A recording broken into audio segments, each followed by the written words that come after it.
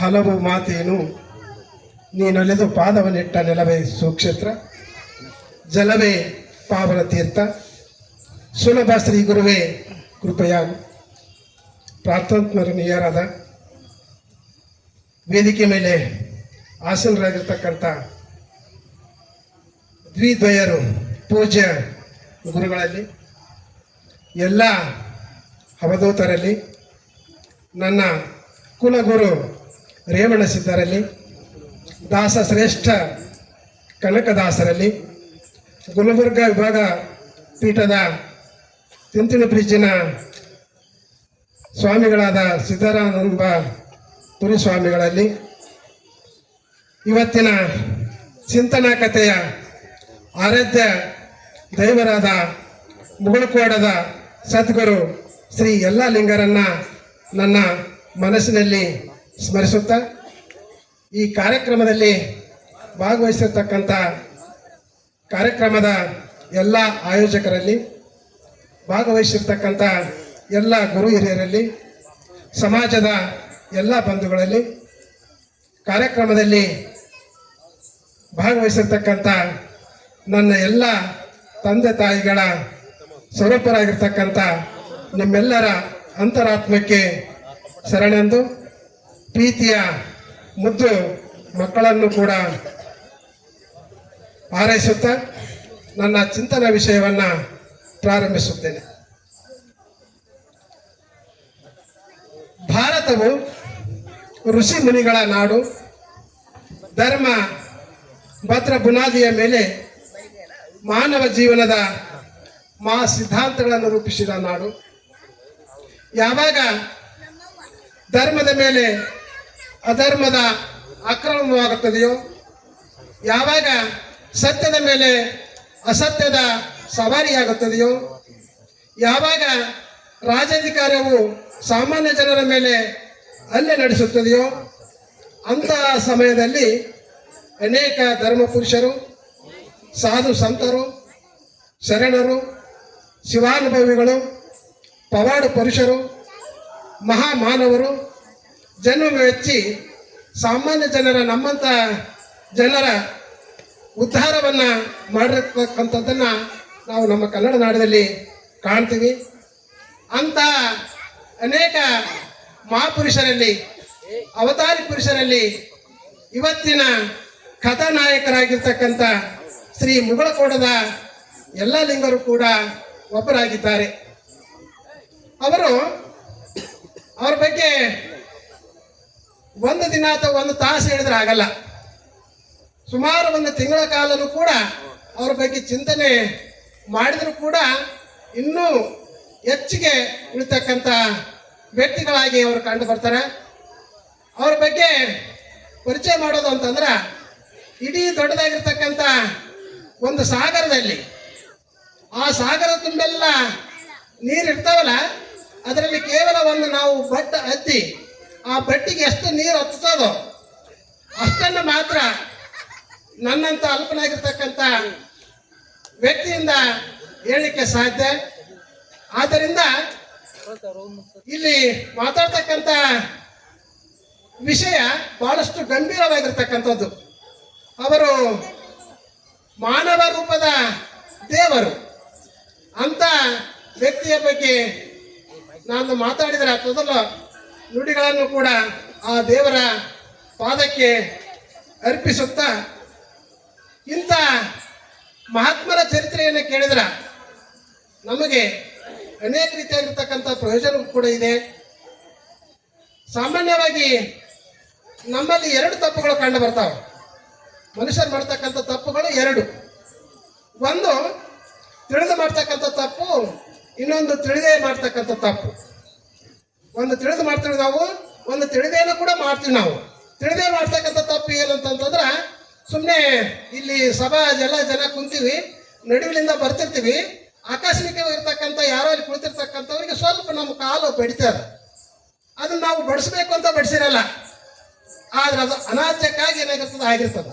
ಇದು ತಿಳಿಯದೇ ಮಾಡಿರ್ತಕ್ಕಂಥ ತಪ್ಪು. ಇದಕ್ಕೆ ಕ್ಷಮೆ ಇದೆ ಅಂತಕ್ಕಂಥದ್ದು. ಆದರೆ ಮನುಷ್ಯರಾಗಿರ್ತಕ್ಕಂಥ ನಾವು ಒಮ್ಮೆಮ್ಮೆ ತಿಳಿದೂ ಕೂಡ ತಪ್ಪು ಮಾಡ್ತೀವಿ. ಆ ತಿಳಿದು ಕೂಡ ತಪ್ಪು ಮಾಡ್ತಕ್ಕಂಥ ಸಂದರ್ಭದಲ್ಲಿ ಇಂಥ ಮಹಾತ್ಮರ, ಇಂಥ ಶರಣರ, ಇಂಥ ಕನಕಾಮೃತ ಅಂತಕ್ಕಂಥ ಕಾರ್ಯಕ್ರಮದ ಮಹಾಪುರುಷರ ಜೀವನ ಚರಿತ್ರೆಯನ್ನ ಕೇಳಿದಾಗ ಸ್ವಲ್ಪ ಆದ್ರೂ ಕೂಡ ಆ ತಪ್ಪು ಕಡಿಮೆ ಆಗ್ತದೆ ಏನು ಅಂತಕ್ಕಂಥ ನನ್ನ ವೈಯಕ್ತಿಕ ವಿಚಾರ. ಇಲ್ಲಿ ಒಂದು ಧರ್ಮ ಬರ್ತದೆ, ಜೈನ ಧರ್ಮ. ಆ ಜೈನ ಧರ್ಮ ಬಹಳಷ್ಟು ಸೂಕ್ಷ್ಮವಾಗಿರ್ತಕ್ಕಂಥ ಧರ್ಮ, ಸ್ವಲ್ಪನೂ ಕೂಡ ಯೂಷ ಮಾಡಲಾರ್ದಂಥ ಧರ್ಮ. ಅಂತ ಒಂದು ಧರ್ಮದಲ್ಲಿ ಜನ್ನಕವಿ ಒಂದು ಕಥೆ ಬರ್ತದೆ, ಯಶೋಧರನ ಚರಿತ್ರೆ, ಯಶೋಧರ ಮಹಾರಾಜನ ಚರಿತ್ರೆ. ಆ ಯಶೋಧರ ಮಹಾರಾಜ ಏನ್ ಮಾಡ್ತಾನಂತಂದ್ರ ಬಹಳಷ್ಟು ಸುಂದರವಾಗಿರ್ತಕ್ಕಂಥ ರಾಜ. ಕಥೆ ಹೇಳಲ್ಲ ನಾನು, ಸ್ವಲ್ಪ ಹಂಗೆ ಅದಕ್ಕೊಂದು ಸ್ವಲ್ಪ ಇದನ್ನ ಲಿಂಕ್ ಕೊಟ್ಟು ಈ ಕಡೆ ಬರ್ತೇನೆ ನಾನು. ಅಲ್ಲಿ ಬಹಳಷ್ಟು ಉತ್ತಮವಾಗಿರ್ತಕ್ಕಂಥ ರಾಜ ಇರ್ತಾನ, ಸುಂದರನಾಗಿರ್ತಕ್ಕಂಥ ರಾಜ ಇರ್ತಾನ, ಯಾವುದಕ್ಕೂ ಕೊರತೆ ಇರಲ್ಲ. ಆದ್ರೆ ಆತನಿಗೆ ಒಬ್ಬ ತಾಯಿ ಇರ್ತಾಳ ಚಂದ್ರಮತಿ, ಹೆಂಡತಿ ಇರ್ತಾಳ ಅಮೃತಮತಿ. ಇಲ್ಲಿ ಅಮೃತಮತಿ ಬಗ್ಗೆ ಕಥೆ ಹೇಳಲ್ಲ ನಾನು, ಸ್ವಲ್ಪ ಚಂದ್ರಮತಿ ಬಗ್ಗೆ. ಚಂದ್ರಮತಿ ತಾಯಿ ಯಾವುದೋ ಒಂದು ಜೀವನದಲ್ಲಿ ಆಗ್ಬಿಟ್ಟಿರ್ತದೆ, ಹಣೆ ಬರ ಅಂತ ಹೇಳ್ತೀವಲ್ಲ ಮನುಷ್ಯನಿಗೆ. ರಾಜನಾಗಿದ್ರು ಕೂಡ ಕೆಟ್ಟ ಹಣೆ ಬರ ಬರ್ತದ ಆಮೇಲೆ. ಆ ಸಮಯದಲ್ಲಿ ಏನಾಗ್ತದ ಅಂತಂದ್ರೆ ಆತನ ಹಣೆ ಬರದಲ್ಲಿ ಏನೋ ನಡಿಬಾರ್ದು ನಡೆದ್ಬಿಡ್ತದ ಸಂಸಾರದಲ್ಲಿ. ಆ ವಿಷಯವನ್ನ ಮಗನಾಗಿರ್ತಕ್ಕಂಥ ಯಶೋಧರ ತಾಯಿಗೆ ನೇರವಾಗಿ ಹೇಳಲ್ಲ. ಏನ್ ಹೇಳ್ತಾನ, ಒಂದು ಅದನ್ನ ಮರೆಮಾಚಿ ಹೇಳ್ತಾನ. ಸಪ್ಪಗೆ ಕುಂತಿರ್ತಾನ ಮರುದಿನ. ತಾಯಿ ಕೇಳ್ತಾಳ, ಯಾಕಪ್ಪ ಸಪ್ಪ ಕುಂತಿಲ್ಲ ಅಂತಂದಾಗ, ನಾನು ನಿನ್ನೆ ಒಂದು ಕೆಟ್ಟ ಕನಸು ಕಂಡಮ್ಮ ಅಂತ. ಕೆಟ್ಟ ಕನಸು ಏನದು? ಅದು ಹೇಳು ಕನಸನ್ನು ಕೂಡ ಏನ್ ಮಾಡಬಾರ್ದು, ಅದನ್ನ ಮುಚ್ಚಿಟ್ಕೋಬಾರ್ದು, ಕೆಟ್ಟ ಕನಸು ಕಾಣಬಾರ್ದು ಅಂತ ಕೇಳಿದಾಗ, ನಾನು ನಿನ್ನೆ ಕನಸಿನಾಗ ನಾನು ಹಾಲಿನ ಸರೋವರದಲ್ಲಿ ಈಜಾಡ್ತಕ್ಕಂಥ ಅಂಶ, ಹಾಲಿನ ಸರೋವರದಲ್ಲಿ ಈಜಾಡಬೇಕಾಗಿರ್ತಕ್ಕಂಥ ಹಂಸ ಪಕ್ಷಿ ಚರಂಡಿಯ ಕೊಳದಲ್ಲಿ ಈಜಾಡ್ತಕ್ಕಂಥದ್ದನ್ನ ಕಂಡೆ ಅಂತ ಅದನ್ನ ತೇಲಿಸಿ ಹೇಳ್ತಾಳೆ. ಆದ್ರೆ ತಾಯಿಗೆ ಅರ್ಥ ಆಗತ್ತ, ಏನೋ ನನ್ನ ಮಗ ಜೀವನದಲ್ಲಿ ಏನಾಗಿದೆ ಅಂತ. ನನಗೆ ಇದಕ್ಕೆ ಪರಿಹಾರ ಬೇಕಲ್ಲ, ಪರಿಹಾರ ಮಾಡೋಣ. ಪರಿಹಾರ ಏನು ಅಂತಂದ್ರೆ, ಒಂದು ಪ್ರಾಣಿಯನ್ನ ದೇವತೆಗೆ ಬಲಿ ಕೊಡೋದು. ಆದ್ರೂ ಮೊದಲ ಜೈನರು ಹಿಂಸೆ ಮಾಡಲಾರ್ದಂಥವ್ರು, ಒಂದು ಸಣ್ಣ ಇರುವಿನೂ ಕೂಡ ಕೊಲ್ಲಾರ್ದಂಥವ್ರು. ಪ್ರಾಣಿನ ಕೊಲೆ ಮಾಡಿದ್ರೆ ಮತ್ತೊಂದು ಪಾಪ ಆಗುತ್ತಾ ಅಂತ ತಿಳ್ಕೊಂಡು ಏನ್ ಮಾಡ್ತಾಳ ಅಂತಂದ್ರೆ, ಒಂದು ಪರಿಹಾರ ಹೇಳ್ತಾಳ. ಒಂದು ಹಿಟ್ಟಿನ ಕೋಳಿ ಮಾಡಿ, ನಾವು ರೊಟ್ಟಿ ಮಾಡ್ತಕ್ಕಂಥ ಹಿಟ್ಟು ಇರ್ತದಲ್ಲ, ಆ ಹಿಟ್ಟಿನ ಕೋಳಿ ಮಾಡಿ ಬಲಿ ಕೊಡಬೇಕು ಅಂತ. ಹಾಗೆ ಆಗ್ಲಿ ಅಂತ ತಿಳ್ಕೊಂಡು ಏನ್ ಮಾಡ್ತಾರಂತ ಕತೆ ತೇಲ್ಸಿ ಬಂದ್ಬಿಡ್ತೇನೆ ನಾನು. ಇನ್ನೂ ಪೂರ್ತಿ ಬಹಳ ಕತೆ ಇದೆ ಅದು. ಆ ಹಿಟ್ಟಿನ ಕೋಳಿ ಮಾಡಿ ಆ ದೇವತೆಗೆ ಬಲಿ ಕೊಡ್ತಾರೆ. ಆ ಹಿಟ್ಟಿನ ಕೋಳಿ ಬಲಿ ಕೊಟ್ಟದಕ್ಕಾಗಿನೇ ಮುಂದೆ ಅವರು ತಾಯಿ ಮತ್ತು ಮಗ ಏನ್ ಮಾಡ್ತಾರ ಅಂತಂದ್ರ, ಹುಟ್ಟಬಾರ್ದಂತ ಕೆಟ್ಟ ಅನೇಕ ಜನ್ಮದಲ್ಲಿ ಹುಟ್ಟಿ ಬರ್ತಾರೆ. 7 ಜನ್ಮದಲ್ಲಿ ಕತ್ತಿಯಾಗಿ ಹುಡ್ತಾರ, ಹಂದಿಯಾಗಿ ಹುಡ್ತಾರ, ನಾಯಿಯಾಗಿ ಹುಡ್ತಾರ, ನವಿಲಾಗಿ ಹುಡ್ತಾರ, ಕೋಣಾಗಿ ಹುಡ್ತಾರ, ಲಾಸ್ಟಿಗೆ ಕೋಳಿಯಾಗಿ ಹುಡ್ತಾರೆ. ಲಾಸ್ಟಿಗೆ 7 ಜನ್ಮದಲ್ಲಿ ಏನ್ ಮಾಡ್ತಾರ ಅಂತಂದ್ರ ಕೋಳಿಯಾಗಿ ಹುಡ್ತಾರೆ. ಆ ಕೋಳಿಯಾಗಿ ಹುಟ್ಟಿದಾಗ ಒಂದು ಓಣಿಯಲ್ಲಿ 2 ಕೋಳಿಗಳಿರ್ತಾವ. ಆ ಕೋಳಿಗಳು ಏನ್ ಮಾಡ್ತಾರ ಅಂತಂದ್ರೆ, ಶ್ರಾವಣ ಮಾಸದಲ್ಲಿ ಆ ಊರಾಗ ಶ್ರಾವಣ ಮಾಸದಾಗ ಏನ್ ಮಾಡಿರ್ತಾರಂತ ಇಂಥ ಒಂದು ಪುರಾಣ ಇಟ್ಟಿರ್ತಾರೆ. ಆ ಪುರಾಣವನ್ನ ಏನ್ ಮಾಡ್ತಾವಂತ ಆ ಕೋಳಿ ಕೇಳ್ತಾವಂತ. ಸುಮ್ಮನೆ ಹೆಂಗ ಅಂತ ಕತೆ ಕೇಳಬೇಡ್ರಿ, ಕತೆ ಅದಷ್ಟೇ. ಮನುಷ್ಯರ ಕೇಳಕ್ಕಾಗ್ರಿ, ಕೋಳಿ ಕೇಳ್ತಾವ್ರಿ ಸರ್ ನೀವೇನು ಅಂತ ಅನ್ಬೇಡ್ರಿ, ಅದು ಕತೆ ಅದು ಹೂ ಅನ್ಬೇಕಷ್ಟೇ. ಆ ಕೋಳಿ ಏನ್ ಮಾಡ್ತಾವಂತ ಅಲ್ಲಿ ಸ್ವಾಮಿಗಳು ಹೇಳ್ತಕ್ಕಂಥ ಮಾತನ್ನ ಕಿವಿ ಕೇಳಿಸ್ಕೊಂತಾವಂತ. ಕೇಳಿದ ತಕ್ಷಣ ಅವರು ಅಲ್ಲಿವರೆಗೆ ಮಾಡಿರ್ತಕ್ಕಂಥ ಹಿಟ್ಟಿನ ಕೋಳಿ ಅಥವಾ ಇನ್ನಿತರ ಏನ್ ನಾನಾ ಜನ್ಮ ಮಾಡಿರ್ತಕ್ಕಂಥದ್ದು ಎಲ್ಲ ಹೊರಟೋಗಿ ಅಲ್ಲಿ ಮುಂದೆ ಯಶೋಮತಿ ಅಂತ ಬರ್ತಾನ. ಆ ಯಶೋಮತಿಯ ಮಕ್ಕಳಾಗಿ ಹುಟ್ಟಿ ಅಭಯ ರುಚಿ ಮತ್ತು ಅಭಯ ಮತಿ ಅಂತಕ್ಕಂಥ 2 ಅವಳಿ ಜವಳಿ ಮಕ್ಕಳಾಗಿ ಹುಟ್ಟಿ ಬರ್ತಾವ ಅಂತ. ಇದು ಎದಕ್ಕಾಗಿದು? ಕೇವಲ ಹಿಟ್ಟಿನ ಕೋಳಿ ಬಲಿ ಕೊಟ್ಟದಕ್ಕಾಗಿ. ಇಷ್ಟು ಜನ್ಮ ಹುಟ್ಟಿ ಕೇವಲ ಒಂದು 5 ನುಡಿಗಳು, ಇಂಥ ಶರಣರು ನುಡಿಗಳು 5 ನುಡಿ ಕಿವಿ ಕೇಳಿಸಬೇಕಾಗಿ ಮುಂದೆ ಏನ್ ಮಾಡಿದ್ರಂತ ಅವರು ಮನುಷ್ಯ ಜನ್ಮ ತಾಳಿ ಹುಟ್ಟಿದ್ರು ಅಂತಕ್ಕಂಥದ್ದು. ಇದು ಗೊತ್ತಿದ್ದು ಮಾಡ್ತಕ್ಕಂಥ ತಪ್ಪಿಗಾಗಿನೂ ಕೂಡ ಇಷ್ಟೆಲ್ಲ ಹುಟ್ಟಿದ್ರು ಕೂಡ 5 ನುಡಿ ಕೇಳೋದಕ್ಕಾಗಿ ಅವರಿಗೆ ಮೋಕ್ಷ ದೊರೀತು ಅಂತಕ್ಕಂಥದ್ದು. ಆದ್ರೆ ನಮಗೆ ಅದು ಅರ್ಥ ಆಯ್ತು ಅಂತ ಅನ್ಕೊಂತೀನಿ ನಾನು. ನಾವು ಕೂಡ ಪುಣ್ಯಶಾಲಿಗಳಲ್ಲ, ನಾವು ತಪ್ಪು ಮಾಡಿವೋ ತಪ್ಪು ಮಾಡಿಲ್ಲ ಅದು ನಮ್ಮ ಆತ್ಮಕ್ಕೆ ಗೊತ್ತು.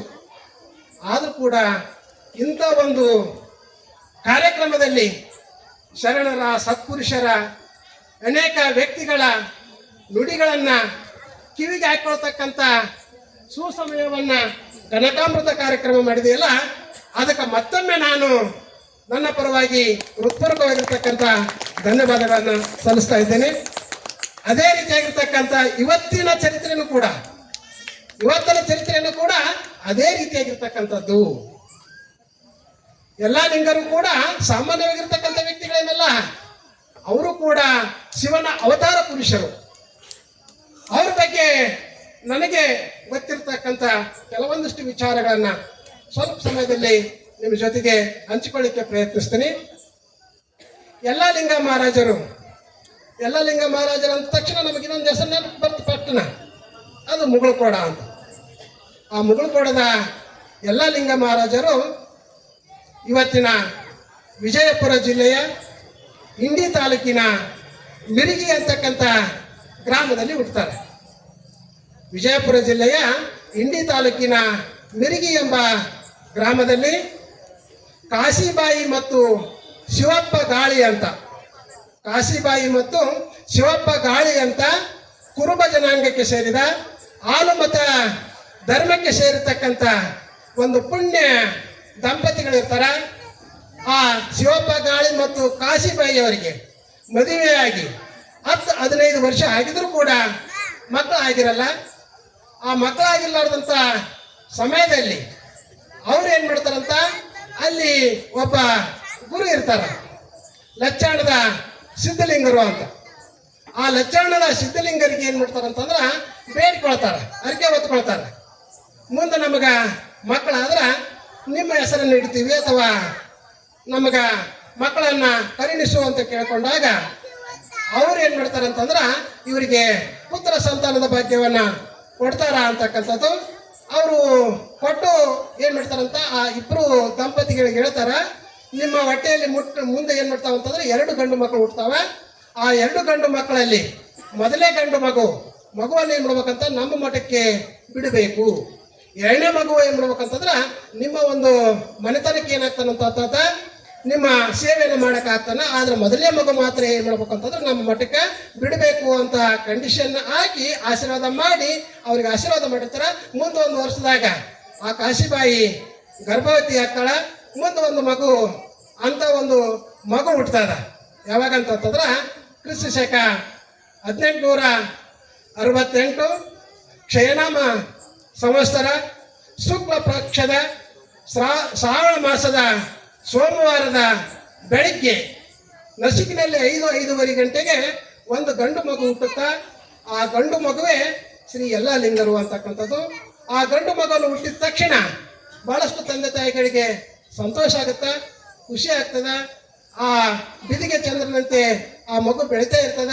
ಮುಂದೆ 13 ದಿನ ತುಂಬುತ್ತಾ ಆ ಮಗುವಿಗೆ ಹುಟ್ಟಿದ ನಂತರ 13 ದಿನ ತುಂಬಿದ ನಂತರ ಊರ ಗುರು ಹಿರಿಯರು ಮತ್ತು ಬಂಧುಗಳು ಮತ್ತು ಊರಲ್ಲಿರ್ತಕ್ಕಂಥ ಎಲ್ಲ ಸುಮಂಗಲೆಯರು ಜೋಗಳು ಹಾಡುತ್ತಾ ಅವರನ್ನ ತೊಟ್ಟಿಲದಲ್ಲಿ ಶೃಂಗಾರ ಮಾಡಿ ಹೂಗಳನ್ನು ಎಲ್ಲ ಅಲಂಕಾರ ಮಾಡಿ ಆ ಮಗುವಿಗೆ ನಾಮಕರಣ ಮಾಡ್ತಾರ.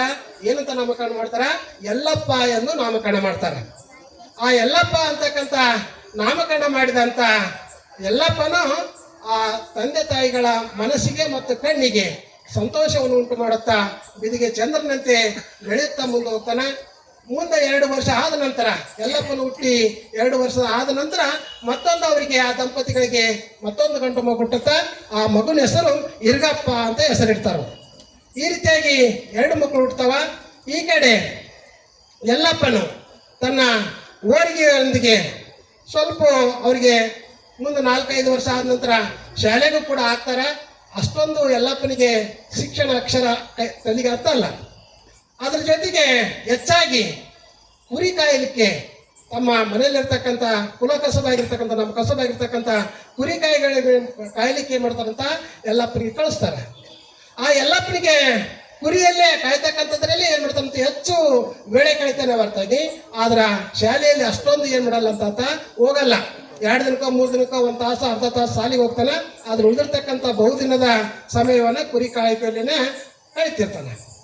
ಈಗಿರ್ತಕ್ಕಂಥ ಸಮಯದಲ್ಲಿ ಸುಮಾರು ಒಂದು 6-7 ವರ್ಷದ ಬಾಲಕನಿರ್ತಾನ ಯಲ್ಲಪ್ಪ. ಅವಾಗ ಏನಾಗ್ತದೆ ಅಂತಂದ್ರ 2-3 ಘಟನೆಗಳು ನಡೀತಾವೆ. ಏನಂತಂದ್ರ ಅಲ್ಲಿ ಮಿರಿಗಿಯ ಪಕ್ಕದಲ್ಲಿ ಮಿರಿಗಿ ಅಂತಕ್ಕಂಥ ಒಂದು ಊರಿದೆಯಲ್ಲ, ಆ ಮಿರಿಗಿಯ ಮುಂದುಗಡೆ ಏನ್ ನಡ್ತದಂತ ಒಂದು ದೊಡ್ಡ ಹಳ್ಳ ಹರಿತದೆ. ಆ ದೊಡ್ಡ ಹಳ್ಳ ಹರಿದು ಅದು ಪಶ್ಚಿಮಾಭಿಮುಖವಾಗಿ ಪಶ್ಚಿಮದಿಂದ ಪೂರ್ವದ ಕಡೆಗೆ ಹರಿದು ಮುಂದೆ ಉತ್ತರಕ್ಕೆ ತಿರುಗಿ ಅಲ್ಲಿ ಭೀಮಾ ನದಿ ಬರ್ತದಂತ. ಆ ಭೀಮಾ ನದಿ ಸೇರ್ತದೆ 1 ಕಿಲೋಮೀಟರ್ ಅಂತರದವರೆಗೆ ಹರಿದು. ಅಲ್ಲಿ ಏನಿದೆ ಅಂತಂದ್ರ ಒಂದು ಸಂಗಮ. ಆ ಭೀಮಾ ನದಿ ಆ ಹಳ್ಳ ಮಿರಿಗಿ ಮುಂದೆ ಇರ್ತಕ್ಕಂಥ ಹಳ್ಳ ಆ ಭೀಮಾ ನದಿಯನ್ನ ಸೇರ್ತಕ್ಕಂಥ ಸಂಗಮದಲ್ಲಿ ಅಂತಂದ್ರೆ ಕೂಡ್ತಕ್ಕಂಥ ಜಾಗದಲ್ಲಿ ಒಂದು ಸಂಗಮೇಶ್ವರ ಗುಡಿ ಇದೆ. ನಾವು ಕೂಡಲ ಸಂಗಮದಲ್ಲಿ ಹೆಂಗ್ 3 ನದಿಗಳು ಕೂಡಿದಾಗ ಅಲ್ಲಿ ಕೂಡಲ ಸಂಗಮ ಅಂತೀವಿ, ಅಲ್ಲಿ ನಾವು ಸಂಗಮೇಶ್ವರ ದೇವಸ್ಥಾನ ಹೆಂಗಿದೇನೋ ಅಲ್ಲಿನೂ ಕೂಡ ಮಿರಿಗೆಯಲ್ಲಿ ಇರ್ತಕ್ಕಂಥದ್ದು ಆ ಹಳ್ಳ ಭೀಮಾ ನದಿಯನ್ನು ಸೇರ್ತಕ್ಕಂಥ ಒಂದು ಸಂಗಮದಲ್ಲಿ ಅಲ್ಲಿನೂ ಕೂಡ ಒಂದು ಸಂಗಮೇಶ್ವರ ದೇವಾಲಯ ಇದೆ ಅಂತ. ಆ ಸಂಗಮೇಶ್ವರ ದೇವಾಲಯದಲ್ಲಿ ಸ್ವತಃ ಸಂಗಮೇಶ್ವರನಾಗಿರ್ತಕ್ಕಂಥ ಸಂಗಮೇಶ್ವರನ ಹೆಸರು, ಇನ್ನೊಂದು ಹೆಸರು ಶಿವ ಏನ್ ಬಿಡೋಣಂತ ಅಲ್ಲಿ ನೆಲೆ ನಿಂತಾನ ಅಂತಕ್ಕಂಥ ಅಲ್ಲಿ ಒಂದು ಪ್ರತೀತಿ ಇದೆ. ಆ ಒಂದು ಸಂಗಮೇಶ್ವರನ ದೇವಾಲಯದ ಆವರಣದಲ್ಲಿ 3 ಬೇವಿನ ಮರಗಳಿದಾವಂತ. ಏನದ 3 ಬೇವಿನ ಮರಗಳಿದಾವಂತ. ಆ ಬೇವಿನ ಮರ ಸಾಮಾನ್ಯವಾಗಿ ಕೈ ಇರ್ತದ. ಅಲ್ಲಿಯ ಸೃಷ್ಟಿಯ ವೈಚಿತ್ರ್ಯ ಹೆಂಗಿದೆ ಅಂತಂದ್ರ, ಪ್ರಕೃತಿಯ ವಿಸ್ಮಯ ಏನಿದೆ ಅಂತಂದ್ರ, ಅಲ್ಲಿ 3 ಬೇವಿನ ಮರಗಳಲ್ಲಿ ಒಂದು ಬೇವಿನ ಮರದ ಎಲೆಯನ್ನು ತಿಂದ್ರ ಅದು ಎಲ್ಲಿದೆ ಅಂತಂದ್ರ ಸೀದಾ ನೇರವಾಗಿ ಆ ಗರ್ಭಗುಡಿಯ ಹಿಂದುಗಡೆ ಇದೆ. ಬಲಗಡೆ ಒಂದು ಬೇವಿನ ಮರ ಇದೆ ಅಂತ, ಎಡಗಡೆ ಒಂದು ಬೇವಿನ ಮರ ಇದೆ ಅಂತ. ನೇರವಾಗಿ ಆ ಸಂಗಮೇಶ್ವರನ ಬೆನ್ನ ಹಿಂದೆ ಇರ್ತಕ್ಕಂಥ ಆ ಬೇವಿನ ಮರದ ಎಲೆಯನ್ನು ತಿಂದ್ರ ಅದು ಸಿಹಿ ಇದೆ ಅಂತ. ಅದ್ರ ಎಲೆ ತಿಂದ್ರ ಸಿಹಿ ಇದೆ ಅಂತ. ಇನ್ನು ಬಲಗಡೆಯ ಇರ್ತಕ್ಕಂಥ ಬೇವಿನ ಮರದ ಎಲೆಯನ್ನು ತಿಂದ್ರ ಸ್ವಲ್ಪ ಸಪ್ಪಗ ಮತ್ತು ಒಗರಿದೆ ಅಂತ. ಅದು ಪೂರ್ಣವಾಗಿರ್ತಕ್ಕಂಥ ಕೈ ಏನಿಲ್ಲ. ಆದ್ರೆ ಎಡಗಡೆಯಲ್ಲಿ ಇರ್ತಕ್ಕಂಥ ಬೇವಿನ ಮರದ ಎಲೆಯನ್ನು ತಿಂದ್ರ ನಮ್ಮ ಇಲ್ಲಿ ಇರ್ತಕ್ಕಂಥ ಬೇವಿನ ಮರದ ತಿಂದ್ರೆ ಹೆಂಗ ಕೈ ಐತೋ ಅದು ಸಹಜವಾಗಿರ್ತಕ್ಕಂಥ ಆ ರೀತಿಯಾಗಿರ್ತಕ್ಕಂಥದ್ದು ಇದೆ ಅಂತಕ್ಕಂಥದ್ದು. ಇದು ಒಂದು ಪ್ರಕೃತಿಯಲ್ಲಿರ್ತಕ್ಕಂಥ ಒಂದು ವಿಸ್ಮಯ. ಇದನ್ನ ಅಲ್ಲಿರ್ತಕ್ಕಂಥ ಜನರು ಏನ್ ಮಾಡ್ತಾರಂತ ನಮ್ಮ ಮನುಷ್ಯರ ಸ್ವಭಾವಗಳಿಗೆ ಹೋಲಿಕೆ ಮಾಡ್ತಾರ. ಆ ಬೇವಿನ ಮರದ ಒಂದು ರುಚಿಯನ್ನು ನೋಡಿ. ನಮ್ಮಲ್ಲಿ ಕೂಡ ಏನಿದಾರಂತ 3 ಥರದ ಜನರು ಇದಾರಂತೆ. 3 ಥರದ ಸ್ವಭಾವದ ಜನರಿದಾರ. ಒಬ್ರು ಒಳ್ಳೆಯವರಿದಾರ, ಪೂರ್ತಿ ಹೇಳಲ್ಲ ನಾನು, ಒಬ್ರು ಒಳ್ಳೆಯವರು ಅಷ್ಟೇ, ಬೇರೆಯವರಿಗೆ ಏನು ತೊಂದರೆ ಕೊಳ್ಳಾರ್ದಾಗೆ ಬದುಕ್ತಕ್ಕಂಥವ್ರು ಒಬ್ಬ ಒಳ್ಳೆಯ ಜನರು. ಇನ್ನೊಬ್ರು ಏನಂತಂದ್ರ ಮಧ್ಯಮದವ್ರು. ಆ ಕಡೆ ಇನ್ನೊಬ್ರಿಗೆ ಸಹಾಯನ ಮಾಡಲ್ಲ, ಅವರಿಂದ ಸಹಾಯನ ಪಡೆಯಲ್ಲ, ತಮ್ಮಷ್ಟು ತಾವೇ ಬದುಕ್ತಕ್ಕಂಥವ್ರು, ಸಾಧಾರಣವಾಗಿರ್ತಕ್ಕಂಥ ಬದುಕು. ಇನ್ನು 3ನೇವ್ರು ಅದಾರಲ್ಲ, 3ನೇ ಪಂಗಡ ಇದೆಯಲ್ಲ, ಅವರೆಲ್ಲರೂ ಇನ್ನೊಬ್ಬರ ಬಗ್ಗೆನ ಕೆಟ್ಟದನ್ನು ಮಾಡ್ತಕ್ಕಂಥ ದೃಷ್ಟರು ಅಂತ ಹೇಳ್ತೀವಿ ನಾವು, ಕುರೂರಿಯಾಗಿರ್ತಕ್ಕಂಥವ್ರು ಇದೇವಲ್ಲ. ಆ ಬೇವಿನ ಮರದ ಕೈ ಹೆಂಗಿದೆ ಅಲ್ಲ ಅಂತ ಸ್ವಭಾವನೂ ಕೂಡ ಏನಾಗ್ತದೆ ಅಂತಂದ್ರೆ ಕೈಯಾಗಿರ್ತಕ್ಕಂಥ ಜನರನ್ನು ಕೂಡ ಏನ್ ಮಾಡ್ತೀವಿ ಅಂತ ನಮ್ಮ ಸಮಾಜದ ಮಧ್ಯದಲ್ಲಿ ನಾವು ಕಾಣ್ತೀವಿ. ಆದ್ರೆ ಏನ್ ಹೇಳ್ಕೊಡ್ತದ ಪಾಠ ಅಂತಂದ್ರ ನಾವ್ ಹೆಂಗ ಆಗ್ಬೇಕು ಅಂತ. ನಾವು ಆ 3 ಬೇವಿನ ಮರಗಳಿದಾವಲ್ಲ, ಬೇವಿನ ಮರದಲ್ಲಿ ನಮ್ದು ಒಂದು ಪಾತ್ರ ಏನು, ನಮ್ಮ ಸ್ವಭಾವ ಯಾವ ರೀತಿಯಾಗಿ ಬೆಳೆಸ್ಕೊಳ್ಬೇಕು ಅಂತಕ್ಕಂಥದ್ದು ಕೂಡ ಅಲ್ಲಿ ಆ ಬೇವಿನ ಮರದ ಸಾಕ್ಷಿಯಾಗಿ ಅಲ್ಲಿರ್ತಕ್ಕಂಥ ಜನರು ಏನ್ ಮಾಡ್ತಾರಂತ ಮಾತಾಡ್ತಾರಂತ. ಜೊತೆಗೆ ಅದು ಏನಂತಂದ್ರ ಆ ಸಂಗಮೇಶ್ವರನ ಲೀಲೆ, ಆ ಬೇವಿನ ಮರ ನೋಡ್ಯಾರು ನಾವು ಏನ್ ಮಾಡೋಣ ಅಂತಂದ್ರ ಜೀವನ ಮಾಡೋಣ ಅಂತಕ್ಕಂಥದ್ದನ್ನು ಕೂಡ ಏನ್ ಮಾಡ್ತಾರಂತ ಅಲ್ಲಿ ಒಂದು ಅನವರ್ತಕವಾಗಿ ಬರ್ತಕ್ಕಂಥ ಒಂದು ಕಥೆ ಅಂತಕ್ಕಂಥದ್ದು. ಮುಂದ ಒಂದು ಸಾರಿ ಬಾಲಕನಾಗಿರ್ತಕ್ಕಂಥ ಯಲ್ಲಪ್ಪ ಮಳೆಗಾಲದಲ್ಲಿ ಭೀಮಾ ನದಿ ತುಂಬಿ ಹರಿದು ಬರ್ತಿರ್ತದ. ಆ ಭೀಮಾ ನದಿ ತುಂಬಿ ಹರಿದು ಬರೋ ಹೊತ್ನ್ಯಾಗ ಬಾಲಕನಾಗಿರ್ತಕ್ಕಂಥ ಯಲ್ಲಪ್ಪ ಮತ್ತು ಆತನ ಗೆಳೆಯರು 4-5 ಜನ ಗೆಳೆಯರು ಸೇರಿ ಏನ್ ಮಾಡ್ತಾರಂತ ಆ ನದಿ ನೀರನ್ನು ನೋಡಕ್ ಹೋಗಿರ್ತಾರೆ. ಆ ಭೀಮಾ ನದಿ ತುಂಬಿ ಬಂದಿರ್ತದ. ಎಲ್ಲಿ ತನಕ ತುಂಬಿ ಬಂದಿರ್ತದ ಅಂದ್ರೆ ಕಟ್ಟಿರ್ತದೆ, ಸಂಗಮೇಶ್ವರ ಕಟ್ಟಿರ್ತದಲ್ಲ, ಆ ಕಟ್ಟಿಯವರೆಗೆ ಏನಾಗಿರ್ತದಂತ ನೀರು ಬಂದಿರ್ತದೆ. ಅಲ್ಲಿ ಊರ ಜನರನ್ನು ಕೂಡ ಏನ್ ಮಾಡ್ತಾರ, ಅದನ್ನ ನೀರನ್ನು ನೋಡಕ್ ಹೋಗಿರ್ತಾರ, ಮತ್ತು ಹುಡುಗರನ್ನು ಹೋಗಿರ್ತಾರ. ಅದರಲ್ಲಿ ಯಲ್ಲಪ್ಪನ ಇರ್ತಾನೆ. ಯಲ್ಲಪ್ಪ ನೋಡ್ಕೊಂತ ಆ ನೀರಿನ ಪ್ರವಾಹವನ್ನು ನೋಡ್ಕೊಂತ ನಿಂತಿರ್ತಾನ. ಒಮ್ಮೆದೊಮ್ಮೆಲೆ ಏನಾಯ್ತು ಏನೋ, ಆ ನೀರಿನಲ್ಲಿ ಏನ್ ಮಾಡ್ತಾನಂತ ಜಂಗನೆ ಜಿಗದು ಆ ನೀರಿನಲ್ಲಿ ಈಜಾಡಕ್ ಹತ್ತಿ ಬಿಡ್ತಾನೆ ಯಲ್ಲಪ್ಪ. ಈಜಾಡಕ್ ಹತ್ತೋತ್ನಾಗ ಏನಾಗ್ತದಂತ, ಯಾಕೆ ಯಲ್ಲಪ್ಪ ಜಿಗದ ನೀರು ಬಹಳಷ್ಟು ಪ್ರವಾಹ ಬರಾಕತ್ತೈತೆ ಅಂತ ಆ ಕಡೆ ಹುಡುಕಾಡ್ತಾರ. ಉಳಿದಿರ್ತಕ್ಕಂಥವ್ರು ನೋಡ್ತಾರ. ಆದ್ರ ಒಂದು 10-15 ನಿಮಿಷದಾಗ ಏನ್ ಬಿಡ್ತಾರಂತ ಕಾಣ್ತಾನ. ಆಮೇಲೆ ಏನ್ ಬಿಡಲ್ಲಂತ ಯಲ್ಲಪ್ಪ ಕಾಣಲೇ ಇಲ್ಲ. ಯಲ್ಲಪ್ಪ ಕಾಣಲೇ ಇಲ್ಲ ಜೊತೆಗೆ ಏನ್ ಬಿಡ್ತಾರಂತ ಆ ಕಡೆ ಹುಡುಕ್ತಾರ. ಮತ್ತೆ ಯಾರಾದ್ರೂ ಈಜು ಬಂದಿರ್ತಕ್ಕಂಥವ್ರು ದೊಡ್ಡವ್ರು ಏನ್ ಬಿಡ್ತಾರಂತ ಹುಡುಕ್ತಾರ. ಆದ್ರೆ ಬಹಳಷ್ಟು ಶೆಳೆ ಬಿಡ್ತದ. ಅದರಲ್ಲಿ ಕಾಲಿಡೋದನ್ನು ಕೂಡ ಆಗಲ್ಲ. ಅಷ್ಟು ಪ್ರವಾಹದಿಂದ ಕೂಡಿರ್ತಕ್ಕಂಥ ಹೊಳೆ ಆ ನದಿ ಹರಿತಿರ್ತದ. ಆದ್ರ ಯಲ್ಲಪ್ಪ ಮಾತ್ರ ಏನ್ ಬಿಡಲ್ಲ ಅಂತ ಕಾಣದೇ ಇಲ್ಲ. ತಾಸಾಗುತ್ತಾ, 2 ತಾಸಾಗುತ್ತಾ, ಅರ್ಧ ದಿನ ಆಗುತ್ತಾ, 1 ದಿನ ಆದ್ರೂ ಕೂಡ ಏನಾಗಲ್ಲ ಅಂತ ಯಲ್ಲಪ್ಪ ನೀರಿನಲ್ಲಿ ಬಿದ್ದಂತ ಬಾಲಕ ಮರಳಿ ಬರದೇ ಇಲ್ಲ. ಅವಾಗ ಏನ್ ಮಾಡ್ತಾರಂತ ಗಾಬರಿ ಆಗ್ತದೆ ಜನರು. ಅಲ್ಲಿರ್ತಕ್ಕಂಥ ಒಬ್ಬ ಹುಡುಗ ಓಡುತ್ತಾ ಹೋಗಿ ಏನ್ ಮಾಡ್ತಾನಂತ ತಂದೆ ತಾಯಿಗಳಿಗೆ ಈ ವಿಷಯ ತಿಳಿಸ್ತಾನೆ. ಅವರೆಲ್ಲರೂ ಊರಲ್ಲಿರ್ತಕ್ಕಂಥ ಎಲ್ಲ ಜನರು ಬರ್ತಾರೆ.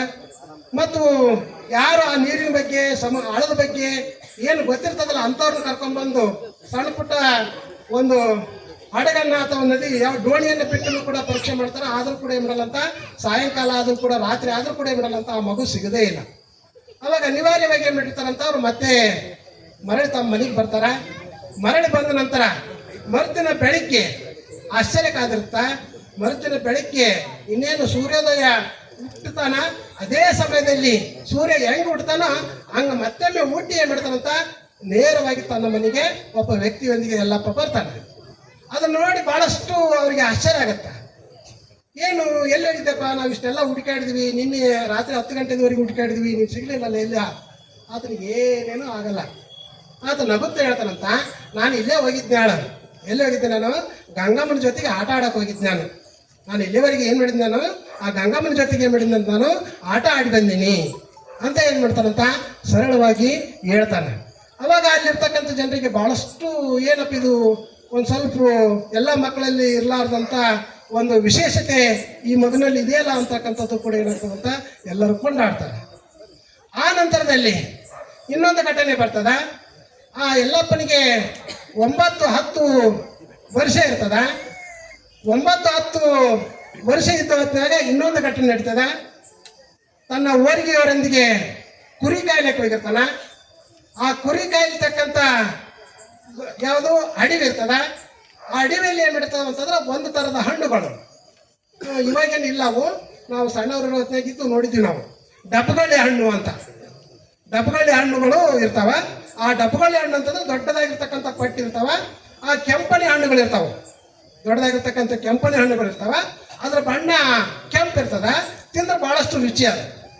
ಆದ್ರೆ ಏನಾಗಿರ್ತದ ಅಂತಂದ್ರೆ ಅದ್ರ ಡಬ್ಬಗಳ ಪಟ್ಟಿಗೆ ಏನಿರ್ತಾವಂತ ಸೂಜಿಯಾಗಿ ಚೂಸಾಗಿರ್ತಕ್ಕಂಥ ಮುಳ್ಳು ಇರ್ತಾವ. ಮತ್ತು ಹಣ್ಣಿಗೂ ಕೂಡ ಏನಾಗ್ತದಂತ ಒಂದ್ ತರದ ಸುಂಕ ಇರ್ತದ. ಅದು ಕೈಗೆ ಹಚ್ಚಿದ್ರು ಕೂಡ ಏನಾಗಲ್ಲ, ಬಿಡ್ಸೋಕ್ಕಾಗಲ್ಲ. ನಾಲಿಗೆ ತಿಂದ್ರೂ ಕೂಡ ಏನಾಗ್ತದಂತ ಅದು ಹೋಗಲ್ಲ 2-3 ದಿನ. ಆ ರೀತಿಯಾಗಿರ್ತಕ್ಕಂಥ ಸುಂಕ ಇರ್ತದ. ಆದ್ರೆ ಬಹಳಷ್ಟು ರುಚಿಯಾಗಿರ್ತಕ್ಕಂಥ ಹಣ್ಣು. ಆ ಬಾಲಕರು ಎಲ್ಲರೂ ಸೇರಿ ಮಾಡ್ತಾರಂತ ಹಣ್ಣನ್ನು ಹರಿಲಿಕ್ಕೆ ಹೋಗ್ತಾರೆ. ಅದರಲ್ಲಿ ವಿಶೇಷವಾಗಿ ಯಲ್ಲಪ್ಪ ಏನ್ ಮಾಡ್ತಾರಂತ 2-3 ಹಣ್ಣುಗಳನ್ನ ಹರ್ಕೊಂಡು ಬರ್ತಾನ. ಹರ್ಕೊಂಡು ಬರೋ ಹೊತ್ತಿಗೆ ಏನಾಗ್ತದಂತ ಎದುರುಗಡೆಯಿಂದ ಆ ಡಬ್ಬುಗಳ ಪಟ್ಟೆಲಿಂದ ಏನ್ ಮಾಡ್ತದಂತ ಒಂದು ದೊಡ್ಡದಾಗಿರ್ತಕ್ಕಂಥ ಸರ್ಪ, ನಾಗರ ಹಾವು ಈತನ ಕಡೆಗೇನ ಹರಿದು ಬಂದು ಈತನ ಕಾಲಿನಲ್ಲಿ ಬಂದ್ಬಿಡ್ತಾನೆ. ಆ ಕೂಡಲೇ ಏನ್ ಮಾಡ್ಬಿಡ್ತಾರಂತಂದ್ರೆ ಉಳಿದಿರ್ತಕ್ಕಂಥ ಹುಡುಗರು 4-5 ಹುಡುಗರು ಇರ್ತಾರಲ್ಲ, ಆ ಹುಡುಗರು ಅಂಜಿ ಏನ್ ಮಾಡ್ಬಿಡ್ತಾವಂತ ಓಡಿ ಮನೆಗೆ ಹೋಗ್ಬಿಡ್ತಾವ. ಆದ್ರೆ ಯಲ್ಲಪ್ಪ ಮಾತ್ರ ಏನ್ ಮಾಡ್ತಾನಂತ ಆ ನಾಗರ ಹಾವು ಎಡೆಯನ್ನ ಬಿಚ್ಚಿ ನಿಂತಿರ್ತಕ್ಕಂಥ ನಾಗರ ಹಾವನ್ನ ಏನ್ ಮಾಡ್ತಾನಂತ ತನ್ನ ಕೈಯಿಂದ ಅದನ್ನ ಹಿಡ್ಕೊಂತಾನೆ. ಗಟ್ಟಿಯಾಗಿ ಅದನ್ನ ಹಿಡ್ಕೊಂಡು ಏನ್ ಮಾಡ್ತಾನಂತ ಅದನ್ನ ಹೊರಗಡೆ ಬರ್ತಾನೆ. ಹೊರಗಡೆ ಬಂದ ಹೊತ್ತಾಗಿ ಈಗಾಗಲೇ ಆ ಹುಡುಗರು ಓಡೋಗಿ ಹಲವಾರು ಜನರನ್ನ ಊರನ್ನ ಜನರನ್ನ ಕರ್ಕೊಂಡ್ ಬಂದ್ಬಿಟ್ಟಿರ್ತಾನ. ಆ ಹಾವು ಹಂಗೆ ಆತ ಹಿಡಿದಿರ್ತಾನ. ಅದ್ರ ಬಾಲೆಲ್ಲ ಕೈಗೆ ಸುತ್ತಕೊಂಡಿರ್ತದ. ಕೈ ಸುತ್ತಕೊಂಡು ಅದನ್ನ ಬಿಸಾಕು ಅಂತ ತಿಳ್ಕೊಂಡು ತಾಯಿ ತಂದಿ ಮತ್ತು ಉಳಿದಿರ್ತಕ್ಕಂಥವ್ರು ಎಲ್ಲರೂ ಬಂದು ಹೇಳ್ತಾರ. ಆದ್ರೂ ಕೂಡ ಏನ್ ಮಾಡಲ್ಲ ಅಂತ ಆತನಿಗೆ ಏನೂ ಅನ್ಸಲ್ಲ. ನಾವ್ ಹೆಂಗ ಹಗ್ಗ ಹಿಡ್ಕೊಂಡಾಗ ಕೈ ಸುತ್ತಕೊಂಡು ಹೆಂಗ ಆಟ ಆಡ್ತೀವಿಲ್ಲ ಹಂಗೆ ಏನ್ ಮಾಡ್ತಾನಂತ ಅವನ್ನ ಕೈ ಸುತ್ತಕೊಂಡು ಎಡೆಯನ್ನ ಹಿಂಗೆ ಹಿಡ್ಕೊಂಡಿರ್ತಾನ. ಮತ್ತೆ ಜೊತೆಗೆ ಏನ್ ಮಾಡ್ತಾನಂತ ಅವರು ಬೇಡ ಅಂದ ತಕ್ಷಣ ಏನ್ ಮಾಡ್ತಾನಂತ ಅದನ್ನ ಕೊಳಗ ಹಾಕೊಂಡು ಅವನ್ನ ಕೊಳಗ ಹಾಕೊಂಡು ಏನ್ ಮಾಡ್ತಾನಂತ ಕುಣಿದಾಡ್ಕೊಂತ ಊರಾಗ ಹೋಗ್ತಾನಂತ. ಕುಣಿದಾಡ್ಕೊಂತ ಹೋಗೋ ಹೊತ್ತಿನಾಗ ಏನ್ ಮಾಡ್ತಾನಂತ ಇದು ಹಾವಲ್ಲ, ಇದು ನಮ್ಮ ಗುರುಜನ ಜಟ್ಟಿಂಗರಾಯ ಇದನ ಮತ್ತು ಸಿದ್ದರಾಮ ಯಾರು ಸಿದ್ದೇಶ್ವರ ಸ್ವಾಮಿ ಇದನ್ನ ತಿಳ್ಕೊಂಡು ಏನ್ ಮಾಡ್ತಾನಂತ ಹಾವನ್ನ ಏನ್ ಮಾಡ್ತಾನಂತ ಹಂಗೆ ಕೊಳ್ಳಾಗಿ ಮೆರ್ಸ್ಕೊಂತ ಓಡಿ ಹೋಗ್ತಾನ. ಓಡಿ ಹೋಗಿ ಊರೊಳಗೆ ಏನಿರ್ತದಂತ ಒಂದು ಮಾಳಿಂಗರಾಯನ ಗುಡಿ ಇರ್ತದ. ಆ ಮಾಳಿಂಗರಾಯನ ಗುಡಿಯಲ್ಲಿ ಏನ್ ಮಾಡ್ತಾನಂತ ಹಾವನ್ನು ಬಿಡ್ತಾನೆ. ಬಿಟ್ಟ ತಕ್ಷಣ ಕಣ್ಣು ಮುಚ್ಚಿ ಕಣ್ಣು ತೆಗೆದ್ಲಿ ಏನಾಗಲ್ಲಂತ ಹಾವೇ ಇರಲ್ಲ. ಹಾವೇ ಇರಲ್ಲ, ಎಲ್ಲಿ ಹೋಯ್ತು ಏನಂತ ತಿಳ್ಕೊಂಡು ಏನ್ ಮಾಡ್ತದಂತದ್ದು ಮಾಯವಾಗಿ ಹೋಗ್ಬಿಡ್ತದಂತ. ಇಂಥ ಇನ್ನು ಬಾಲಕನಾಗಿದ್ದಾಗನ ಎರಡು ರೀತಿಯಾಗಿರ್ತಕ್ಕಂಥ ಪವಾಡದ ಸಾಹಸಗಳನ್ನ ನಾವು ಯಲ್ಲಪ್ಪನಲ್ಲಿ ಕಾಣ್ತೀವಿ ಅಂತಕ್ಕಂಥದ್ದು. ನೆಕ್ಸ್ಟ್ ಮುಂದುವರೆದು ಆತ ಹಾಗೆ ಬೆಳೀತಾ ಬೆಳೀತಾ ದೊಡ್ಡವಾಗ್ತಾನೆ. ಭಾಳಷ್ಟು ವಿಷಯ ಇದೆ, ಹಂಗೆ ಸ್ವಲ್ಪ ನಾನು ವಿಷಯಕ್ಕೆ ಬಂದ್ಬಿಡ್ತೀನಿ. ಹಂಗೆ ಭಾಳಷ್ಟು ಮತ್ತೆ ಅದಕ್ಕೆ ಬೇರೆ ಬೇರೆ ಬೇರೆ ಬೇರೆ ಲಿಂಕ್ ಇವೆ ಅದಕ್ಕೆ. ಅದು ಆದಪ್ಪ ಅಂದ್ರೆ ಪೂರ್ತಿ ಆಗಲ್ಲ ಅಂತ ನನ್ನ ಸಮಯದಲ್ಲಿ ಕೂಡ ಸ್ವಲ್ಪ ಆ ವಿಷಯಕ್ಕೆ ಸಮಾರೋಪಕ್ಕೆ ಬರಬೇಕಾಗ್ತದೆ. ಆದ್ದರಿಂದ ಮತ್ತೆ ಏನಾಗ್ತದೆ, ಬೆಳೆದು ದೊಡ್ಡವನಾಗ್ತಾನೆ. ಸುಮಾರು 16 ವರ್ಷದ ಬಾಲಕನಾಗ್ತಾನೆ. ಆತ ಜೊತೆಗೆ ಕುರಿ ಕಾಯ್ತಕ್ಕಂಥ ಕೆಲಸದ ಜೊತೆಗೆ ಒಳ್ಳೆ ಕುಸ್ತಿಪಟು ಆಗಿರ್ತಾನೆ. ಸುತ್ತ ಹಳ್ಳಿಯಲ್ಲಿ ಕೂಡ ಆತನ ಕುಸ್ತಿಯಲ್ಲಿ ಸೋಲಿಸೋರು ಯಾರೂ ಇರಲಿಲ್ಲ ಅಂತ ಒಬ್ಬ ಕುಸ್ತಿಪಟು ಆಗ್ತಾನೆ. ಆ ಕುಸ್ತಿಪಟದಲ್ಲಿ ಸುಮಾರು ಬೆಳ್ಳಿ ಕಡಗ ಅಥವಾ ಅನೇಕ ಬಹುಮಾನಗಳು ಕೂಡ ಏನು ಮಾಡಿರ್ತಾನಂತ ಗಳಿಸಿರ್ತಾನೆ.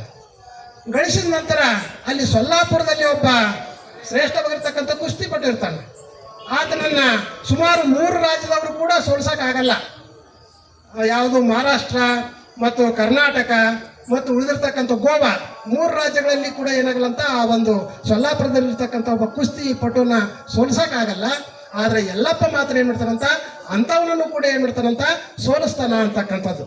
ಈ ರೀತಿಯಾಗಿ ಕುಸ್ತಿಪಟುವಾಗಿ ಬೆಳತಕ್ಕಂಥ ಯಲ್ಲಪ್ಪ ವಯಸ್ಸಿಗೆ ಬರ್ತಾನ. 16-18 ವರ್ಷ. ಆ ಕಾಲದಲ್ಲಿ 16-18-20 ವರ್ಷಕ್ಕೆ ಮದುವೆ ಮಾಡಿಬಿಡ್ತಿದ್ರು.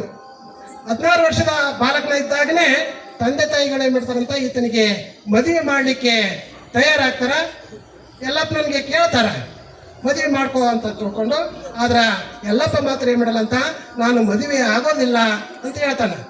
ಆದರೂ ಕೂಡ ತಂದೆ ತಾಯಿ ನಮ್ಮ ವಂಶದ ಬೆಳಗಲಿಕ್ಕೆ ಮತ್ತು ದೀಪ ಮುಂದೆ ಹಚ್ಚಲಿಕ್ಕೆ ಬೇಕೇ ಬೇಕಾಗುತ್ತಪ್ಪ, ಮದುವೆ ಮಾಡಬೇಕು ಅಂತ ತಿಳ್ಕೊಂಡು ಗುರಿ ಹಿರಿಯರು ಮತ್ತು ಊರಲ್ಲಿರ್ತಕ್ಕಂಥ ಕೆಲವೊಂದು ತಿಳಿದಂಥ ದೊಡ್ಡವರಿಂದ ಏನು ಮಾಡ್ತಾರಂತ ಹೇಳಿಸಿ ಆತನಿಗೆ ಮದುವೆ ಒಪ್ಪಿಸ್ತಾರೆ. ಆ ಮದುವೆ ಒಪ್ಪಿಸಿ ಅಲ್ಲಿ ಸಿರಿವಾಳ ಅಂತ ಒಂದು ಊರಿದೆ. ಆ ಸಿರಿವಾಳದ ಊರಿನ ಒಂದು ಮನೆತನದ ಒಳ್ಳೆಯ ಸುಸಂಸ್ಕೃತ ಮನೆತನದ ಹೆಣ್ಣು ಮಗಳನ್ನು, ಆ ಹೆಣ್ಣು ಮಗಳ ಹೆಸರು ಲಕ್ಷ್ಮೀದೇವಿ ಅಂತ. ಆ ಲಕ್ಷ್ಮಿಯನ್ನು ತೆಗೆದುಕೊಂಡು ಬಂದು ಮದುವೆ ಮಾಡ್ತಾರೆ. ಮದುವೆ ಮಾಡಿ 1 ವರ್ಷ ಹಂಗೆ ಸುಖವಾಗಿ ಸಂಸಾರವನ್ನು ಮಾಡ್ತಾರೆ ಯಲ್ಲಪ್ಪ. ಮುಂದೆ 1 ವರ್ಷದಲ್ಲಿ ಆಕಿ ಗರ್ಭಿಣಿ ಆಗ್ತಾಳೆ, ಗರ್ಭ ಧರಿಸ್ತಾಳೆ. ಗರ್ಭಿಣಿ ಆದ ನಂತರ ಒಂದು 8 ತಿಂಗಳಲ್ಲಿ ಗರ್ಭಿಣಿ ಧರಿಸಿ 8 ತಿಂಗಳಾಗಿರ್ತಾ. ಆ 8 ತಿಂಗಳಲ್ಲಿ ಏನಾಗ್ತದೆ ಅಂತಂದ್ರೆ ಒಂದು ಹೆರಿಗೆ ಆಗ್ತದೆ ಲಕ್ಷ್ಮಿಗೆ. ಆ ಹೆರಿಗೆ ಆಗಿ ಆ ಹೆರಿಗೆಯ ನಂಜಿನಿಂದ ಅದು ಡಿಲೆವರಿ ಸರಿಯಾಗಿ ಆಗಲಾರ್ದ ಆ ಮಗು ಮತ್ತು ಲಕ್ಷ್ಮಿ ಏನು ಮಾಡ್ತಾರಂತ ಸತ್ತು ಹೋಗ್ತಾರೆ. ಅದು ಆ ವ್ಯಕ್ತಿಗಳ ಮೇಲೆ, ಯಲ್ಲಪ್ಪನ ಮೇಲೆ ಮತ್ತು ಕಾಶಿಬಾಯಿ ಶಿವಪ್ಪ ಅವ್ರ ಮೇಲೆ ಭಾಳಷ್ಟು ದುಃಖದ ಛಾಯೆ ಆಗುತ್ತೆ. ದುಃಖಿತರಾಗ್ತಾರೆ. ಏನಪ್ಪ ನಮ್ಮ ಮಗನಿಗೆ ಮದುವೆ ಮಾಡಿದ್ವಿ, ವರ್ಷ ಕಳೆತಲೇ ಚೆನ್ನಾಗಿತ್ತು, ಆದ್ರೆ ಸೊಸಿನ ಸತ್ತು ಅಲ್ಲ ಅಂತ ತಿಳ್ಕೊಂಡು ದುಃಖದಲ್ಲಿ ಮುಳುಗ್ತಾರೆ. ಆಯಿತು, ಹಂಗೆ 1 ವರ್ಷ ಹೋಗುತ್ತೆ. ಮುಂದೆ 1 ವರ್ಷ ಹೋಗೋದ ತಕ್ಷಣ ಮತ್ತೆ ಏನಾಗ್ತದೆ ಅಂತಂದ್ರೆ ಆ ಕಾಶಿಬಾಯಿಗೆ ವಯಸ್ಸಾಗ್ತಾ ಬರ್ತಾ ಕೆಲಸ ಮಾಡೋಕೆ ಆಗಲ್ಲ. ಮತ್ತೆ ಒಬ್ಬ ಹೆಣ್ಣು ಮಗಳ ಅವಶ್ಯಕತೆ ಇರ್ತದೆ ಆ ಮನೆಗೆ. ಮತ್ತೆ ಯಲ್ಲಪ್ಪನಿಗೆ ಕೇಳ್ತಾರೆ ಮತ್ತೊಂದು ನೀನು ಮದುವೆ ಆಗಬೇಕಲ್ಲಪ್ಪ ಅಂತ. ಆದರೆ ಏನು ಮಾಡಲ್ಲ ಅಂತ ಯಲ್ಲಪ್ಪ ಅಲ್ಲಿ ಸುತಾರಾಮ ಏನು ಮಾಡಲ್ಲ ಅಂತ ಇವಾಗ ಒಪ್ಪಲ್ಲ. ನಾನು ಮೊದಲೇ ಹೇಳಿದ್ದೆ ಮದುವೆ ಆಗಲ್ಲ ಅಂತ ಹೇಳಿದ್ವಿ, ಆದರೆ ನೀವು ಒತ್ತಾಯದಿಂದ ಏನು ಮಾಡಿದ್ರಿ ಅಂತ ಒಂದು ಮದುವೆ ಮಾಡಿದ್ರಿ, ಒಂದು ಜೀವವನ್ನು ಕೂಡ ಏನು ಮಾಡಿದ್ರಿ ಅಂತ ನೀವು ತೆಗೆದುಕೊಂಡು ಬಿಟ್ರಿ. ಆದ್ದರಿಂದ ನಾನೇನು ಬಿಡಲ್ಲ ಅಂತ ಮುಂದೆ ಮದುವೆ ಆಗಲ್ಲ ಅಂತ ಹೇಳ್ತಾನೆ. ಆದರೂ ಕೂಡ ಅವರು ಬಿಡಲ್ಲ. ಮತ್ತೆ ಹಂಗೆ ಒತ್ತಾಯ ಮಾಡಿ ಅವರಿವ್ರ ಕೈಲಿ ಏಳಿಸಿ ಮತ್ತೆ ಹತ್ತಂಗ ಕರ್ದಂಗ ಮಾಡಿ ಏನೇನೋ ಮಾಡಿ ಮತ್ತೆ ಯಲ್ಲಪ್ಪನಿಗೆ ಮದುವೆ ಒಪ್ಪಿಸ್ತಾರೆ. ಅಲ್ಲೇ ಮಿರಿಗಿ ಅಂತಕ್ಕಂಥ ಇದ್ದೂರಲ್ಲಿ ಒಂದು ಮನೆತನ ಇರ್ತದ, ಪೂಜಾರಿ ಬೀರಪ್ಪ ಅಂತ. ಆ ಪೂಜಾರಿ ಬೀರಪ್ಪನಿಗೆ ಒಬ್ಬ ಸುದ್ರೂಪಿಯಾಗಿರ್ತಕ್ಕಂಥ ಮಗಳಿರ್ತಾಳ, ಆಕಿ ಹೊನ್ನಮ್ಮ ಅಂತ. ಆ ಬೀರಪ್ಪನ ಮಗಳಾಗಿರ್ತಕ್ಕಂಥ ಹೊನ್ನಮ್ಮಳನ್ನ 2ನೇ ಮದುವೆಯಾಗಿ ಮತ್ತೆ ಯಲ್ಲಪ್ಪನಿಗೆ ಮದುವೆ ಮಾಡ್ತಾರೆ. ಆ ಹೊನ್ನಮ್ಮಳು ಕೂಡ ಹೆಸರಿಗೆ ತಕ್ಕ ಹಾಗೆ ಹೊನ್ನು ಅಂತಂದ್ರೆ ಬಂಗಾರ, ಬಂಗಾರದ ಹಂಗೆ ಇರ್ತಾರ. ಬಂಗಾರದ ಗುಣಗಳು ಇರ್ತಾಳ. ಲಕ್ಷ್ಮಿ ಹೆಂಗಿದ್ಲು, ಲಕ್ಷ್ಮೀ ದೇವಿ ಹೆಂಗಿದ್ಲು ಅದಕ್ಕಿಂತಲೂ ಚೆನ್ನಾಗಿರ್ತಾಳ. ಆ ಮನೆತನಕ್ಕೆ ಹೊಂದ್ಕೊಂಡು ಹೋಗ್ತಾಳ. ಮತ್ತು ಎಲ್ಲ ಅತ್ತಿಗೆ ಈಗಾಗಲೇ ವಯಸ್ಸಾಗಿರ್ತದೆ, ಎಲ್ಲ ಕೆಲಸ ಕಾರ್ಯಗಳನ್ನು ಆಕೆ ಮಾಡ್ತಿರ್ತಾಳ. ಮಾಡ್ತಾ ಇರುವಾಗ ಮುಂದೆ ವರ್ಷ ತುಂಬತ್ತಲೆ ಆಕೆಗೂ ಕೂಡ ಏನಾಗ್ತದಂತ ಗರ್ಭವತಿ ಆಗ್ತಾಳ, ಗರ್ಭಿಣಿ ಆಗ್ತಾಳ. ಅಲ್ಲಿನೂ ಕೂಡ ಏನೋ ಒಂದು ಎಲ್ಲಪ್ಪನಿಗೆ ಮತ್ತು ಸ್ವಲ್ಪ ಚಿಂತೆ ಇರ್ತದ. ಅಲ್ಲಿ ಮತ್ತೆ ಮುಂದೆ 8 ತಿಂಗಳದಾಗ ಆಕೆಗೆ ಇನ್ನೂ 6 ತಿಂಗಳು 7 ತಿಂಗಳು ಇರುವಾಗಲೂ ಕೂಡ ಏನು ಮಾಡ್ತಾರಂತಂದ್ರೆ ಸಾಮಾನ್ಯವಾಗಿ ನಮ್ಮ ಹೆಣ್ಣುಮಕ್ಕಳಿಗೆ ಯಾವ ರೀತಿಯಾಗಿ ಒಂದು ಬಯಕೆ ಬುತ್ತಿಯನ್ನು ಅಥವಾ ಹೂ ಮುಡಿಸೋದನ್ನು, ಕುಬ್ಸ ಕಾರಣವನ್ನ, ಈ ಎಲ್ಲ ಕಾರಣಗಳನ್ನು ಕೂಡ ಏನು ಮಾಡ್ತಾರಂತ ಮಾಡ್ತಾರೆ. ಮುಂದೆ 8 ತಿಂಗಳಾಗತ್ತಾ. ಆ 8 ತಿಂಗಳು ಆದ ಹೊತ್ನ್ಯಾಗ ಆಕಸ್ಮಿಕ ಒಂದಿನ ಏಕಾಏಕಿಯಾಗಿ ಆಕೆ ಹೆರಿಗೆ ಬೇರೆ ಕಾಣಿಸ್ಕೊಳ್ತದ. ಅಲ್ಲಿ ಆವಾಗಿನ ಕಾಲದಲ್ಲಿ ಈಗಿನಾಗೆ ಭಾಳಷ್ಟು ದವಾಖಾನೆಗಳು ಡಾಕ್ಟರ್ಗಳು ಇರಲಿಲ್ಲೇನು. ಅಲ್ಲಿ ಊರಲ್ಲಿ ಪ್ರತಿಯೊಂದು ಊರಲ್ಲಿ ಏನಾಗ್ತದಂದ್ರೆ ಬಾಣತನ ಮಾಡಿಸ್ಕೊಳ್ಳಿಕ್ಕೆ ಸೂಲಗಿತ್ತೇರು ಅಂತಕ್ಕಂಥದ್ದು ಪ್ರತಿಯೊಂದು ಊರಲ್ಲಿ 2-3 ಅನುಭವದಿಂದ ಇರ್ತಕ್ಕಂಥ ವಯಸ್ಸಾಗಿರ್ತಕ್ಕಂಥ ಅಮ್ಮಂದಿರು ಇರ್ತಾ ಇದ್ರು. ಆ ಊರಲ್ಲಿ ಇರ್ತಕ್ಕಂಥ ಒಬ್ಬ ಸುಲಿಗಿತಿಯನ್ನು ಕೂಡ ಏನು ಮಾಡ್ತಾರಂತ ಕರ್ಕೊಂಡು ಬರ್ತಾರೆ. ಕರ್ಕೊಂಡು ಬಂದು ಆ ಹೆರಿಗೆಯನ್ನು ಮಾಡ್ಸೋಕೆ ಪ್ರಯತ್ನ ಪಡ್ತಾರೆ. ಈ ಕಡೆ ಹೆರಿಗೂ ಆಗಲ್ಲ, ಆ ಕಡೆ ಆಕೆ ಭಾಳಷ್ಟು ಸಂಕಟ ಆಗತ್ತ, ನೋವಾಗಿರ್ತದ, ಬಿದ್ದು ಒದ್ದಾಡ್ತಿರ್ತಾಳೆ. ಎಲ್ಲ ಓಣೆಯಲ್ಲಿ ಇರ್ತಕ್ಕಂಥ ಹೆಣ್ಮಕ್ಳು ಕರ್ಕೊಂಬಂದು ತೊಡೆ ಮೇಲೆ ಹಾಕೊಂಡು ಕುಂತಿರ್ತಾರೆ. ಮುಂದೆ ಸಾಯಂಕಾಲ ಆಗ್ತದೆ. ಇನ್ನೇನು ಸೂರ್ಯ ಮುಳುಗ್ತಕ್ಕಂಥ ಹೊತ್ತು ಬರ್ತದ, ಸುಮಾರು 6-6:30 ಗಂಟೆ ಆಗಿರ್ತದ. ಆ ಕ್ಷಣದಲ್ಲಿ ಕೂಡ ಏನು ಮಾಡ್ತಾಳಂತ ಆಕಿ ಒಂದು ಮಗುವಿಗೆ ಜನ್ಮ ಕೊಡ್ತಾಳೆ 8 ತಿಂಗಳಲ್ಲಿ. ಆ ಜನ್ಮ ಕೊಟ್ಟ ಮರುಕ್ಷಣದಲ್ಲಿಯೇ ಈ ಕಡೆ ಆ ಒಂದು ಹೆಣ್ಣು ಮಗು ಹುಟ್ಟುತ್ತಾ. ಆ ಹೆಣ್ಣು ಮಗು ದೇಹದಿಂದ ಹೊರಗೆ ಬಂದ ತಕ್ಷಣ ಆಕೆ ಏನು ಮಾಡ್ತಾಳಂತ ಮತ್ತೆ ಹಸುರಿಗೆ ಹೋಗ್ಬಿಡ್ತಾಳೆ, ಸತ್ತು ಹೋಗ್ಬಿಡ್ತಾಳೆ. ಇದು ಈ ಕಡೆ ಆ ಮಗುನು ಕೂಡ ಸತ್ತು ಹೋಗುತ್ತಾ ಅಂತಕ್ಕಂಥದ್ದು ಕೂಡ ಆ ಕಥೆಯಲ್ಲಿ ಬರ್ತದೆ. ಇವಾಗ ಬಹಳಷ್ಟು ಏನಾಗ್ಬಿಟ್ಟಿದೆ ಅಂತಂದ್ರೆ ಎಲ್ಲಪ್ಪ ನಿರ್ಧಾರ ಮಾಡಿಬಿಟ್ಟ, ಇದು ಬೇಡ, ಇದು ಆತನಿಗೆ ಏನು ಹೇಳ್ಬೇಕು ಅಂತಕ್ಕಂಥದ್ದಾಗಲ್ಲ. ಇಡೀ ಪೂರ್ತಿ ಮನೆತನನ ಕೂಡ ಏನಾಗ್ತದಂತ ಶೋಕದ ಸಾಗರದಲ್ಲಿ ಮುಳುಗ್ತದ. ಎಲ್ಲರ ತಲೆ ಮೇಲೆ ಮುಗಿಲರಿದು ಬಿದ್ದಂಗೆ ಆಗಿರ್ತದ. ಏಕಾಂಗಿಯಾಗಿ ಹೋಗಿ ಒಂದು ಕಂಬಕ್ಕೆ ಒಬ್ಬಂಟಿಗನಾಗಿ ಛತ್ ನೋಡ್ಕೊಂತ ಸುಮ್ಮನೆ ಕುಂತು ಬಿಡ್ತಾನ. ಏನು ಮಾತಾಡಿಸಿದ್ರು ಕೂಡ ಎಲ್ಲಪ್ಪ ಮಾತಾಡಲ್ಲ, ಏಕಾಂತವಾಗಿ ಮೌನಿ ಆಗಿಬಿಡ್ತಾನ. ಕೊನೆಗೆ ಟೈಮ್ ಆಗುತ್ತಾ. ಹೆಂಡತಿಯ ಯಾವುದು ಶವವನ್ನು ತೆಗೆದುಕೊಂಡು ಶವ ಸಂಸ್ಕಾರ ಮಾಡಲಿಕ್ಕೆ ಆ ಒಂದು ರುದ್ರಭೂಮಿಗೆ ಒಯ್ತಾರೆ. ಈ ಎಲ್ಲಪ್ಪನ್ನು ಕೂಡ ಕರ್ಕೊಂಡು ಹೋಗ್ತಾರೆ. ಕರ್ಕೊಂಡೋಗಿ ಈತನ ಕೈಯಿಂದನ ಆ ಅಗ್ನಿ ಸಂಸ್ಕಾರವನ್ನು ಮಾಡಬೇಕಂತ ತಿಳ್ಕೊಂಡು ಆತನ ಕೈಯಿಂದ ಬೆಂಕಿ ಹಚ್ಚಿಸ್ತಾರೆ. ಆ ವಲ್ಲದ ಮನಸ್ಸಿನಿಂದ ಆತ ತನ್ನ ಹೆಂಡತಿಯ ಒಂದು ಚಿತಿಗೆ ಬೆಂಕಿಯನ್ನು ಇಟ್ಟು ಅಲ್ಲೇ ಬಿದ್ದು ಕುಸಿದು ಬಿದ್ದು ಬಿಡ್ತಾರೆ. ಹಂಗೆ ಎಲ್ಲರೂ ಏನು ಮಾಡ್ತಾರೆ, ಸಮಾಧಾನ ಮಾಡ್ತಾರೆ. ಆದರೂ ಕೂಡ ಆತನಿಗೆ ಸಮಾಧಾನ ಆಗಲ್ಲ. ಶವ ಸಂಸ್ಕಾರಗಳು ಎಲ್ಲ ಕ್ರಿಯೆಗಳು ಎಲ್ಲ ಮುಗಿದ ನಂತರ ಎಲ್ಲರೂ ತಮ್ಮ ತಮ್ಮ ಮನೆಗೆ ಹೋಗ್ತಾರೆ. ಆದರೆ ಎಲ್ಲಪ್ಪ ಮಾತ್ರ ಏನು ಮಾಡಲ್ಲ, ಮನೆಗೆ ಹೋಗಲ್ಲ. ಅವತ್ತು ರಾತ್ರಿ ಇಡೀ ಏನು ಮಾಡ್ತಾರಂತ ಅದೇ ಸುಡುಗಾಡಿನಲ್ಲಿಯೇ ಇದ್ದು ಬಿಡ್ತಾನೆ. ಆ ಕಡೆ ಹೋಗೋದು ಈ ಕಡೆ ಹೋಗೋದು, ಆ ಹೆಂಡತಿ ಸತ್ತಿರ್ತಕ್ಕಂಥ ಜಾಗಕ್ಕೆ ಬರೋದು, ತನ್ನ ಹೆಂಡತಿ ಹೆಸರನ್ನು ಹೇಳೋದು, ಅಲ್ಲೇ ಕುಡಿದು ಒಂಥರನಾಗಿರ್ತಕ್ಕಂಥ ಹುಚ್ಚನಾದಂಗೆ ಆಗಿಬಿಡ್ತಾನೆ. ಯಾರ್ಯಾರೋ ಕರಿತಾರೆ, ಹೋಗಪ್ಪ ಬಾ ಹೋಗೋಣ ಬಾ ಮನೆಗೆ ಅಂತಂದ್ರೆ ಕೂಡ ಏನು ಬಿಡಲ್ಲ ಅಂತ ಹೋಗಲ್ಲ. ಹಾಗೆ ಮನೆಗೆ ಹೋಗಲ್ಲ, ಅಲ್ಲಿ ಇಲ್ಲಿ ಅಡ್ಡಾಡ್ತಾನ, ತಿರುಗಾಡ್ತಾನ. 3 ದಿನಗಳವರೆಗೆ ಆತ ಏನು ಬಿಡಲ್ಲ ಅಂತ ಮನೆಗೆ ಹೋಗಲ್ಲ. ಮನೆಗೆ ಹೋಗಲ್ಲ. ಲಾಸ್ಟಿಗೆ ಏನು ತಿಳಿತೇವೆ ಏನೋ, ಪಕ್ಕದಲ್ಲಿ ಇನ್ನೊಂದು ಊರು ಬರ್ತದಂತ ಮಿರ್ಗಿ ಸಮೀಪದಲ್ಲಿ, ಹರಿಗಿ ಅಂತಕ್ಕಂಥದ್ದು. ಆ ಹರಿಗಿಯಲ್ಲಿ ಒಬ್ಬ ಮುಸ್ಲಿಂ ಗುರು ಇದ್ದಾನೆ. ಹರಿಗಿಯಲ್ಲಿ ಮುಸ್ಲಿಂ ಗುರು, ಆತ ಖಾಜಾ ಅಂತಕ್ಕಂಥ ಹೆಸರು. ಆ ಖಾಜಾನ ಒಬ್ಬ ಸೂಫಿ ಸಂತಕ್ಕೆ ಸೇರಿರ್ತಕ್ಕಂಥ ವ್ಯಕ್ತಿ. ಸೂಫಿ ಸಂತರಾಗಿರ್ತಾರೆ ಅವರು. ಸೂಫಿ ಸಂತರು ಅಂತಂದ್ರೆ ನಮ್ಮಲ್ಲಿ ಹಿಂದೂ ಧರ್ಮದಲ್ಲಿ ಹೆಂಗ ಸ್ವಾಮಿಗಳು ಅಂತ ಹೇಳಿ ತಿಳಿಸಲ್ಲ, ಆ ರೀತಿಯಾಗಿರ್ತಕ್ಕಂಥ ಮುಸ್ಲಿಂ ಇರ್ತಕ್ಕಂಥವ್ರು ಕೂಡ ಸೂಫಿ ಸಂತಕ್ಕೆ ಸೇರಿರ್ತಕ್ಕಂಥ ಒಂದು ಖಾಜಿ ಅಂತಕ್ಕಂಥವ್ರು. ಅವರು ಕೂಡ ಅಲ್ಲಿ ಒಂದು ದರ್ಗಾ ಇರುತ್ತೆ ಅವ್ರದ್ದು. ಆ ದರ್ಗಾದಲ್ಲಿ ಏನು ಮಾಡ್ತಾರಂತ ಅಂಗಡಿ ಆ ಕಡೆ ಸುತ್ತಾಡಿ 3-4 ದಿನ ಆಗಿರುತ್ತೆ. ಈ ಕಡೆ ಮನೆಗೂ ಹೋಗಿರಲ್ಲ. ಆ ದರ್ಗಾದಲ್ಲಿ ಏನು ಮಾಡಿರ್ತಾನಂತ ಹೋಗಿ ಎಲ್ಲಪ್ಪ ಮಲ್ಕೊಂಡಿರ್ತಾನ. ಮರುದಿನ ಬೆಳಿಗ್ಗೆ 4:30-5 ಗಂಟೆ ಸುಮಾರು ಆತನಿಗೆ ಒಂದು ಕನಸು ಬೀಳ್ತದ. ಯಾರಿಗೆ? ಎಲ್ಲಪ್ಪನಿಗೆ. ಆ ಕನಸು ಬಿದ್ದೋತ್ನಾಗ ಅಲ್ಲಿ ಅರಿಗೆಯ ಖಾಜಾ ಅವರು ಬಂದು ಕನಸಿನಲ್ಲಿ ಏನು ಮಾಡ್ತಾರಂತ ಹೇಳ್ತಾರೆ, ಎಲ್ಲಪ್ಪನಿಗೆ ಹೇಳ್ತಾರಂತ. ಏನಂತ, ನೀನು ಭಾಳಷ್ಟು ದುಃಖದಲ್ಲಿದ್ದಿದ್ದಿ, ನಿನಗೇನಾಗೈತೆ, ಈ ಸಂಸಾರದಿಂದ ಬಂಧನ ಆಗಬೇಕಾಗೈತೆ, ನೀನು ಒಬ್ಬ ಒಳ್ಳೆ ಗುರುವಿನ ಹತ್ರ ಹೋಗ್ಬೇಕಾಗೈತೆ. ಆ ಗುರುವಿನ ಶೋಧದಲ್ಲಿ ಇದ್ದೀನಿ ನೀನು. ಆದ್ದರಿಂದ ನಾನೇನು ಮಾಡ್ತೀನಿ ಅಂತ ನಿನಗೊಂದು ದಾರಿ ತೋರಿಸ್ಕೊಡ್ತೀನಿ, ಗುರುವನ್ನು ಹುಡುಕಿ ಕೊಡ್ತೀನಿ. ಆ ಗುರುವಿನಲ್ಲಿ ಏನು ಮಾಡಿ ನೀನು ಹೋಗು ಅಂತ ಕನಸಿನಲ್ಲಿ ಹೇಳಿ ಮಾಯವಾಗಿ ಹೋಗಿ ಬಿಡ್ತಾನಂತ. ಆತ ಏನಂತಂದ್ರೆ ಯಾರು ಗುರು ಅಂತಂದ್ರೆ ಲಚ್ಚಾಣದ ಸಿದ್ಧಲಿಂಗ ಮಹಾರಾಜರು ಅಂತ ಇರ್ತಾರೆ. ಏನು ಮೊದಲ ವರ ಪಡೆದುಕೊಂಡು ಇವರು ಹುಟ್ಟಿರ್ತಾರಲ್ಲ ಅದೇ ಗುರುಗಳನ್ನ ಆ ಕಾಜ ಏನು ಮಾಡ್ತಾನಂತ ಕನಸಿನಲ್ಲಿ ಬಂದು ಹೇಳಿರ್ತಾನೆ. ಆವಾಗ ಆತನಿಗೆ ಸ್ವಲ್ಪ ಮಾತನ್ನು ಕೇಳಿ ಎದ್ದು ಕೂಡ್ತಾನ. ಎದ್ದು ಕುಂತು ಕಣ್ತಿಕೊಂಡು ನೋಡ್ತಾನ, ಸುತ್ತಲೂ ಯಾರು ಇರಲ್ಲ. ಮತ್ತೆ ಆ ಕನಸನ್ನು ನೆನೆಸ್ಕೊಳ್ತಾನ. ಒಂದು ಸ್ವಲ್ಪ ಸಮಾಧಾನ ಆದಾಗತ್ತೆ ಆತನಿಗೆ. ಹೌದಲ್ಲ, ನಾನು ಈ ಎಲ್ಲವನ್ನು ಬಿಟ್ಟು ಜಂಜಾಟ ಬಿಟ್ಟು ಹೇಳ್ಬಿಡ್ಬೇಕು, ನಾನು ಆ ಗುರುವಿನ ಹತ್ರ ಹೋಗ್ಬೇಕಂತ ತಿಳ್ಕೊಂಡು ಸೀದಾ ನೇರವಾಗಿ ಏನು ಮಾಡ್ತಾನಂತ ಮನೆಗೆ ಬರ್ತಾನೆ. ಆ ಮನೆಗೆ ಬಂದು ಮತ್ತೆ ತಾಯಿಯನ್ನು ಕೇಳ್ತಾನ. ತಾಯಿಯನ್ನು ಕೇಳಿ ಏನು ಮಾಡ್ತಾನಂತ, ನಾನು ಇನ್ನು ಮೇಲೆ ಸಂಸಾರಿ ಆಗಲ್ಲ, ನಿಮ್ಮ ಮನೆಯಲ್ಲಿ ಇರಲ್ಲ, ನಿಮ್ಮ ಮಗನಾಗಲ್ಲ, ನಾನು ಇನ್ನು ಮುಂದೆ ನಿಮ್ಮ ಮಗ ನಾನಲ್ಲ, ನಾನು ದೇವರ ಮಗ, ನಾನು ದೇಶ ಸಂಚಾರಿಯಾಗಿ ಸನ್ಯಾಸಿಯಾಗಿ ಹೊರಟು ಹೋಗ್ತೀನಿ ಅಂತ ತಿಳ್ಕೊಂಡು ತಾಯಿಗೆ ಹೇಳಿ ಒಂದು ಜೋಳಿಗೆ ಹಾಕ್ಕೊಂಡು ಹುಟ್ಟಿರ್ತಕ್ಕಂಥ ಎಲ್ಲ ಬಟ್ಟೆಗಳನ್ನು ಬಿಚ್ಚಿ ಬೇರೆ ಸಾದಾ ಬಟ್ಟೆಗಳನ್ನು ಹಾಕ್ಕೊಂಡು ಮೊದಲ ಭಿಕ್ಷೆಯನ್ನು ನೀನೇ ನೀಡಬೇಕು, ಮೊದಲ ಭಿಕ್ಷೆಯನ್ನು ತಾಯಿ ಇರ್ತಕ್ಕಂಥ ನೀನೇ ನೀಡಬೇಕು, ನೀನು ನೀಡಿದ ನಂತರ ನಾನು ಏನು ಮಾಡ್ತೀನಿ ಅಂತ ಹೋಗ್ಬಿಡ್ತೀನಿ ಅಂತ ತಿಳ್ಕೊಂಡು ತಾಯಿ ಮತ್ತೆ ಅಲ್ಲಿ ಏನು ಮಾಡ್ತಾಳಂತ ಅಲ್ಲಿ ಚರ್ಚೆ ಆಗುತ್ತಾ, ಮಾತುಕತೆ ಆಗ್ತಾವ, ಬೇಡ ಅಂತಾಳ, ಅಳತಾಳ, ಏನೆಲ್ಲ ಮಾಡಿದ್ರು ಕೂಡ ಏನು ಬಿಡಲ್ಲ ಅಂತ ಎಲ್ಲಪ್ಪ ಒಪ್ಪಲ್ಲ. ಕೊನೆಗೆ ತಾಯಿಯನ್ನು ಒಪ್ಪಿಸ್ಕೊಂಡು ಆಕೆ ಕೈಯಿಂದ ಭಿಕ್ಷೆಯನ್ನು ಹಾಕ್ಕೊಂಡು ಏನು ಮಾಡ್ತಾನಂತ ಹೊರಟು ಹೋಗ್ಬಿಡ್ತಾನೆ.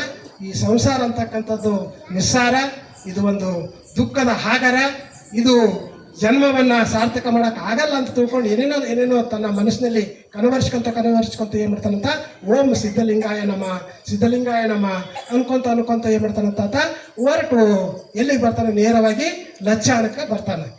ಆ ಲಚ್ಚಾಣದ ಗುರು ಸಿದ್ಧಲಿಂಗರು ಅವ್ರನ್ನ ಹೋಗಿ ನೇರವಾಗಿ ಒಂದು ಸ್ವಲ್ಪ ಅವಸರ ಆಗತ್ತೆ ಅನ್ಕೊಂತೀನಿ ನಾನು, ವಿಷಯ ಭಾಳಷ್ಟು ಇರೋದ್ರಿಂದ ನಾನು ಸುಮ್ಮನೆ ಮಕ್ಕಳಿಗೆ ಪಾಠ ಹೇಳ್ದಂಗೆ ಹೇಳ್ತಕ್ಕತ್ತೀನಿ ಅಷ್ಟೇ. ಅಲ್ಲಿ ಬಂದಾತ್ನಾಗ ಗುರು ಹತ್ರ ಬರ್ತಾನ. ಆ ಸಿದ್ಧಲಿಂಗರಿಗೆ ಮೊದಲೇ ಗೊತ್ತಿರ್ತದೆ ಇಂಥ ಒಂದು ದಿನ ಗುರು ಬರ್ತಾನೆ, ಇಂಥ ಒಂದು ದಿನ ಶಿಷ್ಯ ಹುಡ್ಕೊಂಡು ಬರ್ತಾನೆ ಅಂತಕ್ಕಂಥದ್ದು ಆ ಗುರುಗೆ ಗೊತ್ತಿರ್ತದೆ. ಹಾಗೆ ಹೋಗಿ ಆ ಗುರುನಲ್ಲಿ ಹೋಗಿ ಆತ ಅವ್ರ ಕಾಲಿಗೆ ನಮಸ್ಕಾರ ಮಾಡ್ತಾರ. ಯಾರಪ್ಪ ನೀನು ಅಂತ ತಿಳ್ಕೊಂಡೆಲ್ಲ ಕೇಳ್ತಾರ. ನಾನು ಹಿಂಗೆ ಎಲ್ಲಪ್ಪನಿದ್ದೀನಿ, ನನ್ನನ್ನು ಏನು ಮಾಡ್ಬೇಕು, ನೀವು ನಿಮ್ಮ ಶಿಷ್ಯನನ್ನಾಗಿ ಮಾಡ್ಕೊಳ್ಬೇಕು ಅಂತ ತಿಳ್ಕೊಂಡು ಕೇಳ್ಕೊಳ್ತಾನ. ಅವಾಗ ಅಲ್ಲಿ ಕೂಡ ಏನು ಮಾಡ್ತಾನಂತ ಸುಮ್ಮನೆ ಆ ಗುರು ಸುಮ್ಮನೆ ತಗೊಳ್ಕೊಳ್ಳಲ್ಲ. ಅಲ್ಲಿ ಕೆಲವೊಂದಿಷ್ಟು ಪ್ರಶ್ನೆಗಳನ್ನು ಹಾಕ್ತಾನೆ. ನೀನು ಹೆಂಗೆ ಬಂದು, ಯಾರು ಹೇಳಿದರು, ಅಥವಾ ನೀನೇ ಬಂದೆವು ಅಥವಾ ಬೇರೆಯವ್ರ ಒತ್ತಾಯದಿಂದ ಬಂದೆವು ಅಂತ ಹೇಳಿದಾಗ, ಇಲ್ಲ ಗುರುಗಳೇ, ಸ್ವಂತ ನನ್ನ ಮನಸ್ಸನ್ನು ನಿರ್ಧಾರ ಮಾಡ್ಕೊಂಡು ಏನು ಮಾಡಿದಂತ ನಾನು ಬಂದೆ ಅಂತ ಗುರುವಿನಲ್ಲಿ ಹೇಳಿದಾಗ ಆ ಸಿದ್ಧಲಿಂಗ ಮಹಾರಾಜರು ಏನು ಮಾಡ್ತಾರಂತ ಆತನಿಗೆ ಆಯ್ತಪ್ಪ ಇಲ್ಲಿರಂತಂತ, ಆದ್ರೆ ಕೆಲವೊಂದಿಷ್ಟು ಕೆಲಸ ಕಾರ್ಯಗಳನ್ನು ನೀವು ಮಾಡಬೇಕು, ಮಾಡಬೇಕು ಮಠದಲ್ಲಿ ಇದ್ದುಕೊಂಡು. ಆ ಕೆಲಸ ಕಾರ್ಯಗಳನ್ನು ಮಾಡಿದ್ರೆ ಮಾತ್ರ ಏನು ಮಾಡಬೇಕು, ನೀವು ಮಾಡ್ತೀನಿ ಅನ್ನೋ ನನ್ನ ಶಿಷ್ಯನಾಗಿ ನಿನ್ನ ಸ್ವೀಕಾರ ಮಾಡ್ತೀನಿ ಅಂತ ತಿಳ್ಕೊಂಡು ಹೇಳಿ ಏನೇನು ಅಂತಂದ್ರೆ ಮುಖ್ಯವಾಗಿ ನೀನೇನು ಮಾಡ್ಬೇಕಂತಂದ್ರೆ ಈ ಮಠದ ಜವಾಬ್ದಾರಿ, ಸ್ವಚ್ಛತೆಯ ಜವಾಬ್ದಾರಿಯನ್ನು ನೀನು ನೋಡ್ಕೊಳ್ಬೇಕು. ಬೆಳಗ್ಗೆ ಎದ್ದು ಇದರ ಆವರಣ ಎಲ್ಲ ಅಂಗಳ ಮತ್ತು ಮಠದ ಎಲ್ಲ ಕಸ ಕಡ್ಡಿಗಳನ್ನು ನೀನು ಆರಿಸಿ ಸ್ವಚ್ಛ ಮಾಡಬೇಕು, ನೀರು ಹೊಡೆದು ರಂಗೋಲಿ ಹಾಕಬೇಕು, ಮತ್ತು ಈ ಮಠದಲ್ಲಿರ್ತಕ್ಕಂಥ ದನಕರುಗಳಿಗೆ ಮೇವು ನೀರನ್ನು ಹಾಕ್ತಕ್ಕಂಥ ಕೆಲಸ ಮಾಡಬೇಕು, ಮತ್ತು ಅಡವಿಗೆ ಹೋಗಿ ಕಟ್ಟಿಗೆ ತಂದು ಅಡಿಗೆಗೆ ಕಟ್ಟಿಗೆಯನ್ನು ಒದಗಿಸ್ಬೇಕು, ಮಠಕ್ಕೆ ಬಂದಿರತಕ್ಕಂಥ ಭಕ್ತರಿಗೆ ಸೇವೆ ಮಾಡಬೇಕು, ಮತ್ತು ಸಮಯ ಸಿಕ್ಕರೆ ನೀನು ನನ್ನಿಂದ ಏನು ಮಾಡಬೇಕು, ಕೆಲವೊಂದಿಷ್ಟು ಉಪದೇಶಗಳನ್ನು ತೆಗೆದುಕೊಳ್ಬೇಕು ಅಂತ ಅಂದಾಗ, ಆಗಲಿ ಗುರುಗಳೇ ನೀವು ಎಲ್ಲ ಕೆಲಸ ಮಾಡ್ತೀನಿ ಅಂತ ತಿಳ್ಕೊಂಡು ಗುರುಗಳಿರತಕ್ಕಂಥ ಎಲ್ಲ ಕೆಲಸಗಳನ್ನು ಮಾಡ್ತಿರ್ತಾನೆ ಅಂತ ಮಾಡ್ಕೋ ಅಂತ ಎಲ್ಲಪ್ಪ ನಡೆದಿರ್ತಾನೆ. ಮುಂದೆ 1-2 ವರ್ಷ ಆಗ್ತದ. ಇಲ್ಲಿ ನೋಡಿ ಹೆಂಗಿರ್ತದ ಅಂತಂದ್ರೆ ಆ ಗುರುನೂ ಕೂಡ ಏನು ಬಿಡಲ್ಲ ಅಂತ ಈತನಿಗೆ ಉಪದೇಶ ಹೇಳಲ್ಲ, ಆ ಶಿಷ್ಯನೂ ಕೂಡ ಏನು ಬಿಡಲ್ಲ ಅಂತ ಗುರುವನ್ನು ಕೇಳಲ್ಲ. ಹಂಗೆ ತನ್ನ ಕೆಲಸವನ್ನು ಕಾಯಕವೇ ಕೈಲಾಸ ಅಂತ ಹೇಳ್ತೇವೆ ನಾವು ಕಾಯಕವನ್ನು ಮಾಡಿಬಿಟ್ರೆ ತಾನೇ ಕೈಲಾಸ ಬರ್ತದ ಅಂತ ಅನ್ನುವ ತತ್ವದ ಅಡಿಯಲ್ಲಿ ಏನು ಮಾಡ್ತಿರ್ತಾನಂತ ತನ್ನ ಕೆಲಸವನ್ನು ತಾನು ಮಾಡ್ತಿರ್ತಾನೆ. ಹಾಗೆ ಮುಂದೆ 1-2 ವರ್ಷ ಆಗತ್ತಾ. 2 ವರ್ಷ ಆದತ್ನಾಗ ಅಲ್ಲಿ ಒಂದು ಘಟನೆ ನಡೀತದೆ. ಆ ಒಂದು ಭಾಗದಲ್ಲಿ, ಆ ಇಂಡಿ ಭಾಗದಲ್ಲಿ ಏನಾಗ್ತದೆ ಅಂತ ಭಯಂಕರವಾಗಿರ್ತಕ್ಕಂಥ ಬರಗಾಲ ಬರುತ್ತೆ. ಭಯಂಕರವಾಗಿರ್ತಕ್ಕಂಥ ಬರಗಾಲ ಬೀಳುತ್ತಾ. ಆ ಬರಗಾಲ ಬಂದ ಹೊತ್ನಾಗ ಅಲ್ಲಿ ಸುತ್ತಮುತ್ತಲು 8-10 ಹಳ್ಳಿಗಳಿಗೆ ನೀರಿನ ಹಾಹಾಕಾರ ಆಗುತ್ತೆ. ಬಿತ್ತಿರ್ತಕ್ಕಂಥ ಎಲ್ಲ ಬೆಳೆಗಳು ಒಣಗಿ ಹೋಗ್ತಾವ. ಕೆರೆ ಕಟ್ಟೆ ಬಾವಿಗಳ ನೀರು ಎಲ್ಲ ಬತ್ತಿ ಹೋಗ್ತಾವ. ಭಾಳಷ್ಟು ನೀರಿನ ಬಗ್ಗೆ ತಾತ್ಸಾರ ಆಗುತ್ತೆ. ಆ ಸಮಯದಲ್ಲಿ ಸಿದ್ಧಲಿಂಗ ಮಹಾರಾಜರು ಏನು ಮಾಡ್ತಾರಂತ ಯಲ್ಲಪ್ಪನನ್ನು ಕರೆದು ಇಲ್ಲೇ ಮಠದ ಒಂದು ಆವರಣದಲ್ಲಿ ಒಂದು ಉತ್ತರದ ದಿಕ್ಕಿಗೆ ಒಂದು ಬಾವಿ ತೋಡೋಣನು ಅಂತ ತಿಳ್ಕೊಂಡು ಬಿಡುತ್ತಂತ ಯಲ್ಲಪ್ಪನನ್ನು ಮೊದಲುಗೊಂಡು ಉಳಿದಿರ್ತಕ್ಕಂಥ ತನ್ನ ಶಿಷ್ಯರನ್ನ ಎಲ್ಲ ಸೇರಿಸಿ ಏನು ಮಾಡ್ತಾರಂತ ಬಾವಿ ತೋಡಕ್ಕೆ ಏನು ಮಾಡ್ತಾರಂತ ಹೇಳ್ತಾನೆ. ಆದ್ರೆ ಅವ್ರು ಏನು ಮಾಡ್ತಾರಂತ ಸ್ವಲ್ಪ ಹಿಂದೆ ಮುಂದೆ ನೋಡ್ತಾರೆ ಉಳಿದವರು. ಆದ್ರೆ ಯಲ್ಲಪ್ಪ ಮಾತ್ರ ಇದು ಗುರುಗಳ ಆಜ್ಞೆ, ನಾನು ಮಾಡ್ತೀನಿ ರೀ, ಬಾವಿ ತೋಡಿಸೋಣ ಅಂತ ತಿಳ್ಕೊಂಡು ಏನು ಮಾಡ್ತಾರಂತ ಆ ಕೆಲಸ ಕಾರ್ಯದಲ್ಲಿ ಎಲ್ಲರೂ ತಯಾರಾಗ್ತಾರೆ. ನಾಳಿಂದ ಪೂಜೆ ಮಾಡ್ತಾರೆ ಗುರುಗಳಿಂದ, ಬಾವಿ ತೋಡಕತ್ತಾರೆ. ಸುಮಾರು ಒಂದು 15 ದಿನ 20 ದಿನ ಒಂದು ತಿಂಗಳ ಕಾಲ ಎಲ್ಲ ಒಂದು 18 ಜನ ಶಿಷ್ಯರು ಮತ್ತು ಉಳಿದಿರ್ತಕ್ಕಂಥ ಕೆಲವೊಂದಿಷ್ಟು ಭಕ್ತರು, ಊರಲ್ಲಿರ್ತಕ್ಕಂಥ ಭಕ್ತರು ಆ ಬಾವಿ ಕಡಿಲಿಕ್ಕೆ ಸಹಾಯ ಮಾಡಕ್ಕೆ ಬರ್ತಾರೆ. ಸುಮಾರು ಒಂದು ತಿಂಗಳ ಕಾಲ ಕಡಿತಾರೆ. ಬಾವಿ ಭಾಳಷ್ಟು ಆಳ ಹೋಗುತ್ತೆ, ಸುಮಾರು ಒಂದು 20-25 ಅಡಿವಷ್ಟು ಭೂಮಿ ತೋಡ್ತಾರೆ. ಆದರೂ ಕೂಡ ಏನಾಗಲ್ಲ ಅಂತ ಯಾವುದೇ ನೀರಿನ ತೇವವಾಗಲಿ ನೀರಿನ ಲಕ್ಷಣ ಆಗಲಿ ಕಂಡು ಬರಲ್ಲ. ಅದು ಕೂಡ ಗುರುವಿಂದ ಪರೀಕ್ಷೆ ಇರ್ತದೆ. ಮತ್ತು ಅವರೆಲ್ಲರೂ ಅಲ್ಲಿರ್ತಕ್ಕಂಥ ಎಲ್ಲರಿಗೂ ಏನು ಹೇಳ್ತಾರೆ ನಿರಾಶೆ ಆಗುತ್ತೆ. ಹಿಂಗೆ ತೋಡ್ಕೊತ ಹೋದ್ರೆ ಏನಾಗಲ್ಲ, ಇದು ನೀರೇ ಬಿಡಲ್ಲ ಅಂತ ತಿಳ್ಕೊಂಡು ಕೆಲವೊಬ್ಬರು ಅರ್ಧಕ್ಕೆ ಬಿಡ್ತಾರೆ, ನಾಳಿಂದ ಕೆಲಸಕ್ಕೆ ಬರಲ್ಲ. ಸುಮಾರು ಒಂದು 20-30 ಜನ ಬಾವಿ ತೋಡಕತ್ತಿರ್ತಕ್ಕಂಥವ್ರು ಅರ್ಧದಷ್ಟು ಜನ ಬಿಟ್ಟು ಹೋಗ್ತಾರೆ, 8-10 ಜನ ಆಗ್ತಾರೆ. ಮತ್ತೆ ಏನು ಮಾಡ್ತಾರೆ ಅಂತಂದ್ರೆ ಗುರುಗಳಿಗೆ ಹೋಗಿ ಕೆಲವೊಬ್ರು ಹೇಳ್ತಾರೆ, ಬೇಡ ಗುರುಗಳೇ ಈ ಬಾವಿಯಲ್ಲಿ ನೀರು ಬರಲಿಕ್ಕಿಲ್ಲ ಅಂತ ಹೇಳ್ತಾರೆ. ಮತ್ತೆ ಗುರುಗಳು ಏನು ಮಾಡ್ತಾರಂತ ಯಲ್ಲಪ್ಪನನ್ನು ಕೇಳ್ತಾರೆ. ಆದ್ರೆ ನಿನ್ನ ಮಾತು ಕೊಟ್ಟಿನಿ ಅಂತಂದ್ರೆ ಆಜ್ಞೆ ಕೊಟ್ಟಿ ಅಂದ್ರೆ ಇದು ಸುಳ್ಳಾಗಲ್ಲ, ಯಾರು ಬರ್ಲಿದ್ದು ಬೇಡ, ನಾನೇ ಏನು ಮಾಡ್ತೀನಿ ಅಂತ ಈ ಬಾವಿನ ತೋಡೇ ತೀರ್ತೀನಿ ಅಂತ ಹೇಳ್ತಾನೆ. ಮತ್ತೆ 2-3 ದಿನ ತೋಡತ್ಲೆ ಏನಾಗ್ತಂತ ಮತ್ತೊಂದು ದೃಶ್ಯ ಬರ್ತದೆ. ಅಲ್ಲಿ ಪೂರ್ತಿ ತಳಭಾಗದಲ್ಲಿ ಒಂದು ದೊಡ್ಡದಾಗಿರ್ತಕ್ಕಂಥ ಆಸಬಂಡಿ ಬಂದ್ಬಿಡ್ತದೆ. ಮತ್ತೆ ಕಡಿಯಾಕನು ಕೂಡ ಮಣ್ಣನ್ನು ಕೂಡ ಇರಲ್ಲ. ಅವಾಗ ಮತ್ತಷ್ಟು ಚಿಂತೆ ಆಗ್ತದೆ. ಮತ್ತೊಮ್ಮೆ ಗುರುಗಳು ಏನು ಮಾಡ್ತಾರಂತ ಯಲ್ಲಪ್ಪನ ಕೇಳ್ತಾರೆ. ಆದ್ರೆ ಆ ಯಲ್ಲಪ್ಪ ಮಾತ್ರ ಏನು ಮಾಡಲ್ಲ ಅಂತ ಹಿಂದೆ ಸರಿಯಲ್ಲ, ಎಲ್ಲರೂ ಬಿಡ್ತಾರೆ. ಆದ್ರೆ ಆ ಒಬ್ಬನೇ ಏನು ಮಾಡ್ತಾರಂತ ಬೆಳಿಗ್ಗೆ 6ರಿಂದ ರಾತ್ರಿ 8ರವರೆಗೆ ಆ ಬಂಡಿಯನ್ನು ಸುರಂಗ ಹಾಕಿ ಅದನ್ನು ಹೊಡೆದು 2-3 ಸುರಂಗಗಳ ಡಮ್ ಮನುಷ್ಯ ಏನು ಮಾಡ್ತಾರಂತ 2-3 ದಿನ ಕೆಲಸ ಮಾಡ್ತಾನೆ. 3ನೇ ದಿನಕ್ಕೆ ಎಲ್ಲಿತ್ತೋ ಏನೋ ಕೆಳಗಿರ್ತಕ್ಕಂಥ ಗಂಗಾ ಮಾತೆ ನೀರಿನ ಬುಗ್ಗೆ ಹಾಗೆ ಮೇಲೆ ಚಿಮ್ಮಿ ಬಂದು ಏನಾಯ್ತಂತ ಭೂಮಿಯ ಅರ್ಧದಷ್ಟು ನೀರು ಬಂತು ಅಂತಕ್ಕಂಥದ್ದು. ಈ ರೀತಿಯಾಗಿ ಯಲ್ಲಪ್ಪನಿಂದ ಆ ಬಾವಿ ತೋಡಿಸಿದ ಅಂತಕ್ಕಂಥದ್ದು, ನೀರು ಬಂತು ಅಂತಕ್ಕಂಥದ್ದು. ಆ ನೀರು ಕೂಡ ಹೆಂಗಿದ್ದು ಅಂತಂದ್ರೆ ಒಂದು ಪಾವನ ತೀರ್ಥ, ಒಂದು ಏನು ನಾವು ಬಿಸಿಲೇರಿ ನೀರು ಅಂತೀವಲ್ಲ, ಸ್ವೀಟ್ ಆಗಿರ್ತಕ್ಕಂಥ ನೀರು, ಭಾಳಷ್ಟು ರುಚಿಯಾಗಿರ್ತಕ್ಕಂಥ ನೀರು. ಆ ನೀರು ಕುಡಿದು ಬಿಟ್ರೆ ಸಾಮಾನ್ಯವಾಗಿ ಸಣ್ಣ ಪುಟ್ಟ ರೋಗಗಳು ಕೂಡ ಮನುಷ್ಯರಿಗೆ ಹೊರಟು ಹೋಗ್ಬೇಕು. ಆ ರೀತಿಯಾಗಿರ್ತಕ್ಕಂಥ ಒಳ್ಳೆ ಔಷಧ ರೂಪದಿಂದ ಇರ್ತಕ್ಕಂಥ ನೀರು ಬರ್ತಾವ. ಮತ್ತು ಆ ನೀರನ್ನು ಸುಮಾರು 8-10 ಹಳ್ಳಿಗಳ ಜನರು ತೊಗೊಂಬಂದು ಬಂಡಿ ಕಟ್ಟಿಕೊಂಡು ಬೇರ್ಲ ಮೂಲಕ ಮತ್ತು ಕೊಡದ ಮೂಲಕ ಏನು ಮಾಡ್ತಾರಂಥ ನೀರನ್ನು ತೆಗೆದುಕೊಂಡು ಹೋಗ್ತಾರ ಅಂತಕ್ಕಂಥದ್ದು ಒಂದು ಘಟನೆ. ನೆಕ್ಸ್ಟ್ ಮುಂದುವರೆದು ಹಾಗೆ ಮತ್ತೆ ಇದೇ ರೀತಿಯಾಗಿರ್ತಕ್ಕಂಥ ಲೀಲೆಗಳು ಬರ್ತಾವ.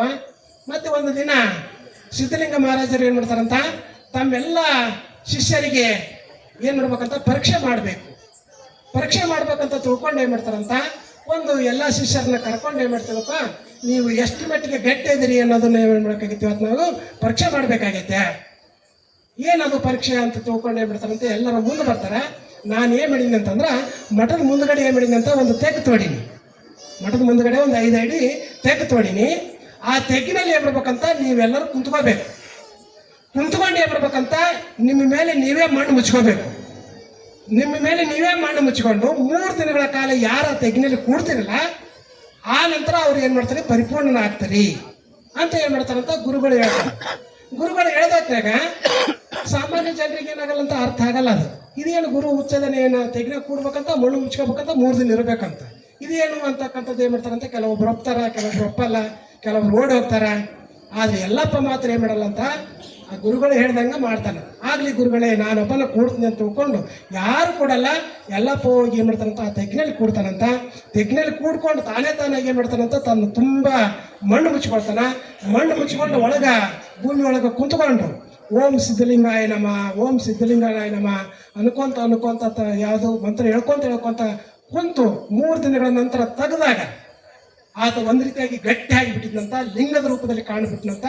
ಎಲ್ಲರೂ ಓಡಿ ಬರ್ತಾರ, ನೋಡ್ತಾರ, ಗುರುಗಳ ಬಂದು ನೋಡ್ತಾರ, ಮಣ್ಣನ್ನು ಸರಿಸ್ತಾರ. ಒಂದು ರೀತಿಯಾಗಿ ಅಲ್ಲಿ ನೋಡಿರ್ತಕ್ಕಂಥವ್ರಿಗೆ ಎಲ್ಲರಿಗೂ ಏನಾಯ್ತು ಅಂತಂದ್ರೆ ಒಂದು ಲಿಂಗ ಕಂಡದಂಗೆ ಆಯಿತು. ಅವಾಗ ಆ ಕೂಡಲೇ ಆ ಗುರುಗಳು ಏನು ಮಾಡಿದ್ರಂತ, ಎಲ್ಲಪ್ಪ ಇಲ್ಲಿ ಕುಂತಿದ್ದೇನಪ್ಪ, ಎಲ್ಲ ಲಿಂಗವೇ, ಎಲ್ಲ ಲಿಂಗವೇ, ಎಲ್ಲ ನೀನು ಆಗಿಬಿಟ್ಟಲ್ಲಪ್ಪ ಲಿಂಗ ಅಂತ ಹೇಳಿದಂತ. ಅವಾಗಿಂದ ಎಲ್ಲಪ್ಪ ಅಂತಕ್ಕಂಥ ಹೆಸರು ಹೋಗಿ ಎಲ್ಲ ಲಿಂಗ ಅಂತಕ್ಕಂಥ ಹೆಸರು ಆಯಿತು ಅಂತಕ್ಕಂಥದ್ದು ಕೂಡ ಆ ಒಂದು ಗುರುಗಳ ಪರೀಕ್ಷೆಯಲ್ಲಿ ಏನು ಮಾಡ್ತಾರಂತ ಕಂಡು ಬಂತು ಅಂತಕ್ಕಂಥದ್ದು. ಆ ನಂತರದಲ್ಲಿ ವಿಷಯ ಭಾಳಷ್ಟು ಇದೆ, ಭಾಳಷ್ಟು ಅಂದರೆ ಇನ್ನೂ ಒಂದು 20 ಘಟನೆಗಳಿವೆ ತಾವು. ಆ 20 ಘಟನೆಗಳನ್ನು ಹೇಳೋಕ್ಕಾಗಲ್ಲ, ಸುಮಾರು ಇನ್ನೊಂದು 2-3 ಘಟನೆಗಳನ್ನು ನಾನು ಹೇಳಲಿಕ್ಕೆ ಪ್ರಯತ್ನಿಸ್ತೀನಿ. ಮುಂದೆ ಅವರಿಗೆ ಉಪದೇಶ ಮಾಡಬೇಕಲ್ಲ, ಅವಾಗ ಗುರುಗಳಿಗೆ ಭಾಳಷ್ಟು ಸಂತೋಷ ಆಗುತ್ತೆ. ಬಾವಿ ತೊಡಿಸಿರ್ತಕ್ಕಂಥದ್ದು ಕೂಡ ಒಂದು ಸಂತೋಷ ಆಗಿರ್ತದೆ, ಮತ್ತು ಗುರು ತನ್ನ ಪರೀಕ್ಷೆಯಲ್ಲಿ ಕೂಡ ಗೆದ್ದಿರ್ತಕ್ಕಂಥದ್ದು ಕೂಡ ಖುಷಿ ಆಗ್ತದೆ. ಆದ್ದರಿಂದ ಇನ್ನು ಮೇಲೆ ನಾನು ಏನು ಮಾಡ್ಬೇಕಂತ, ಈತನಿಗೆ ದೀಕ್ಷೆ ಕೊಡಬೇಕು, ಈತನಿಗೆ ಪರಿಪೂರ್ಣ ಮಾಡ್ಬೇಕಂತ ತಿಳ್ಕೊಂಡು, ಮಂತ್ರೋಪದೇಶವನ್ನು ಮಾಡ್ಬೇಕಂತ ತಿಳ್ಕೊಂಡು ಎಲ್ಲಪ್ಪನ ಕರಿತಾರೆ. ಕರೆದು ಹತ್ತಿರದಲ್ಲಿ ಕೂಡಿಸ್ಕೊಂಡು ಕೆಲವೊಂದಿಷ್ಟು ಹಿತೋಪದೇಶದ ಮಾತುಗಳನ್ನು ಹೇಳ್ತಾರೆ. ಹೇಳಿ ಏನು ಮಾಡ್ತಾರಂತ, ಕೆಲವೊಂದು ಬಾಯಿಲಿಂದ ಅನಿಸ್ತಾರೆ. ಆ ಕೂಡಲೇ ಏನು ಮಾಡ್ಬಿಡ್ತಾರಂತ, ಎಲ್ಲಪ್ಪ ಗುರುಗಳು ಹೇಳಿದಂಥ ಎಲ್ಲ ಮಂತ್ರದ ಹಿತೋಪದೇಶಗಳನ್ನು ಏನು ಮಾಡ್ತಾರಂತ ಚಾಚು ತಪ್ಪದೆ ಹೇಳಿಬಿಡ್ತಾನೆ. ಚಾಚು ತಪ್ಪದೆ ಹೇಳಿದ ತಕ್ಷಣ ಏನಾಗ್ತದಂತ, ಆ ಗುರುಗಳಿಗೆ ಭಾಳಷ್ಟು ಸಂತೋಷ ಆಗಿಬಿಡ್ತದೆ. ಆ ಸಿದ್ಧಲಿಂಗ ಮಹಾರಾಜರು ಏನು ಮಾಡ್ತಾರಂತ, ಇನ್ನು ಮೇಲೆ ನೀನೇನಪ್ಪ ನನ್ನ ಹತ್ರ ಇರೋದು ಬೇಡ, ನೀನೇನು ಮಾಡಿಬಿಡು, ನನ್ನನ್ನು ಬಿಟ್ಟು ಹೋಗು, ದೇಶ ಸಂಚಾರಿಯಾಗಿ ಹೊರಟು ಹೋಗು. ನಿನ್ನಿಂದ ಏನಾಗ್ತದಂತ, ಇನ್ನೂ ಜಗತ್ತಿಗೆ ಭಾಳಷ್ಟು ಕೆಲಸಗಳು ಆಗಬೇಕಾಗೈತೆ. ನಿನ್ನ ಲೀಲೆಗಳು ಪವಾಡಗಳು ಈ ಮಠದಲ್ಲಿ ಸಾಕು, ಆದರೆ ನೀನು ಈಗ ಮಾಡ್ಬೇಕಂತ ಹೊರಟು ಹೋಗಿಬಿಡ್ಬೇಕು ಅಂತ ಹೇಳ್ತಾರೆ. ಆದರೆ ಎಲ್ಲಪ್ಪನಿಗೆ ಏನು ಅನ್ನೋದು ಅರ್ಥ ಆಗಲ್ಲ. ನನ್ನ ಯಾಕೆ ಗುರುಗಳು ಹೊರಗೆ ಕಳಿಸ್ತಾರ, ಯಾಕೆ ಗುರುಗಳೇ ನಾನು ಯಾಕೆ ಹೋಗ್ಬೇಕು ನಿಮ್ಮಿಂದ ಬಿಟ್ಟು ಅಂತ ಕೇಳಿದಾಗ ಮತ್ತೆ ಗುರುಗಳು ಏನು ಮಾಡ್ತಾರಂತ, ನಿನ್ನಲ್ಲಿ ಅಂಥ ಶಕ್ತಿ ಇದೆ, ನನ್ನಲ್ಲಿ ಇದ್ರ ಏನಾಗಲ್ಲ ಅಂತ, ಅದೆಲ್ಲ ಲೀಲೆ ಹೊರಗೆ ಬರಲ್ಲ, ಆದ್ದರಿಂದ ನೀನು ಹೊರಗೆ ಹೋಗ್ಬೇಕು ಅಂತ ತಿಳ್ಕೊಂಡು ಏನು ಮಾಡ್ತಾರಂತ ಆಜ್ಞೆ ಮಾಡಿ ಆತನಿಗೆ ಕೆಲವೊಂದಷ್ಟು ಹಿತೋಪದೇಶಗಳನ್ನು ನೀಡಿ ಏನು ಮಾಡ್ತಾರಂತ, ದೇಶ ಸಂಚಾರಿಯಾಗಿ ಹೋಗಲಿಕ್ಕೆ ಆತನಿಗೆ ತಯಾರು ಮಾಡಿ ಒಲ್ಲದ ಮನಸ್ಸಿನಿಂದ ಆತ ಏನು ಮಾಡ್ತಾನಂತ ಹೊರಗಡೆ ಹೋಗಲಿಕ್ಕೆ ಸಿದ್ಧನಾಗ್ತಾನೆ. ಆ ಸಿದ್ಧರಾಗಿರ್ತಕ್ಕಂಥ ಸಮಯದಲ್ಲಿ ಆ ಗುರುಗಳು ಸಿದ್ಧಲಿಂಗ ಮಹಾರಾಜರು ಏನು ಮಾಡ್ತಾರಂತ, ಆತನಿಗೆ ಪ್ರಮುಖವಾಗಿರ್ತಕ್ಕಂಥ 4 ವಸ್ತುಗಳನ್ನು ಕೊಡ್ತಾರಂತೆ. ಏನೆಲ್ಲ ವಿಷಯ ಇದೆ ನಾನು ಅಷ್ಟೇ ಬರ್ತೀನಿ. 4 ವಸ್ತುಗಳನ್ನು ಕೊಡ್ತಾರಂತೆ. ಆ 4 ವಸ್ತುಗಳು ಯಾವುವು ಅಂತಂತಂದ್ರೆ, ಒಂದು ಬೆತ್ತ, ಇನ್ನೊಂದು ಕೌಪಿನ ಅಂದ್ರೆ ಕಾದಿ ಬಟ್ಟೆ, 3ನೇದು ಹಾವಿಗೆ, 4ನೇದು ಕಮಂಡಲ. ಈ 4 ವಸ್ತುಗಳನ್ನು ಏನು ಮಾಡ್ತಾರಂತ, ಗುರು ಏನು ಮಾಡ್ತಾರಂತ ಆ ಶಿಷ್ಯನಿಗೆ ಕೊಡ್ತಾರ ಅಂತಕ್ಕಂಥದ್ದು. ಅದರ ಒಂದು ಮಹತ್ವ ಏನು ಅಂತಕ್ಕಂಥದ್ದು ಕೂಡ ಸ್ವಲ್ಪ ನಾವು ನೋಡೋಣ.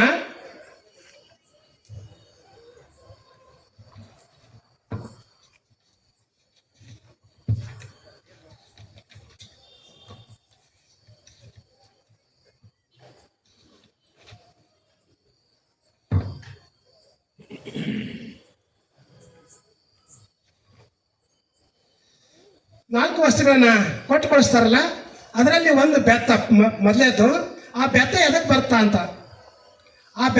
ಬರ್ತಾ ಅಂತಂದ್ರೆ, ಆಸೆ, ಮೋಸ, ರೋಷ, ದ್ವೇಷ, ದ್ರೋಹ, ಕೋಪ, ತಾಪಗಳೆಂಬ ನಾಯಿಗಳು ನಮ್ಮನ್ನು ಕಡಿಯಲು ಬಂದರೆ ಈ ಬೆತ್ತದಿಂದ ಒಡಿ ಅಂತ ಹೇಳಕ್ಕೆ ಅರ್ಥ ಆಗತ್ತೋ ಇಲ್ಲ. ಆಸೆ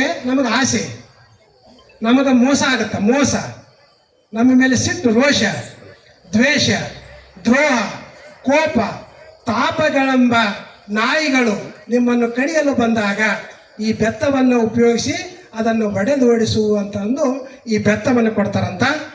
ಜೊತೆಗೆ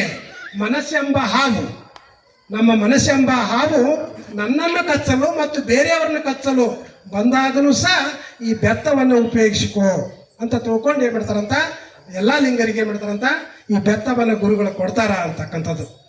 ಇನ್ನು 2ನೇದು ಕೌಪಿನ ಅಂತಂದ್ರೆ ಸ್ವಾಮಿಗಳು ಹಾಕೊಳ್ತಕ್ಕಂಥ ಕಾವಿ ಬಟ್ಟೆ. ಆ ಕಾವಿ ಬಟ್ಟೆ ಏನಂತಂದ್ರೆ ಅದರ ಒಂದು ಮಹತ್ವ ಏನಂತಂದ್ರೆ, ನಮ್ಮ ಭಾವ ಪ್ರಸನ್ನತೆಗಾಗಿ ತನು, ಮನ ಮತ್ತು ಮಾತುಗಳ ಪಾವಿತ್ರ್ಯತೆಯನ್ನು ಕಾಪಾಡಿಕೊಳ್ಳುವುದಲ್ಲಿ ಆ ಒಂದು ಕಾವಿ ಬಟ್ಟೆ ಉಪಯೋಗ ಆಗುತ್ತಾ.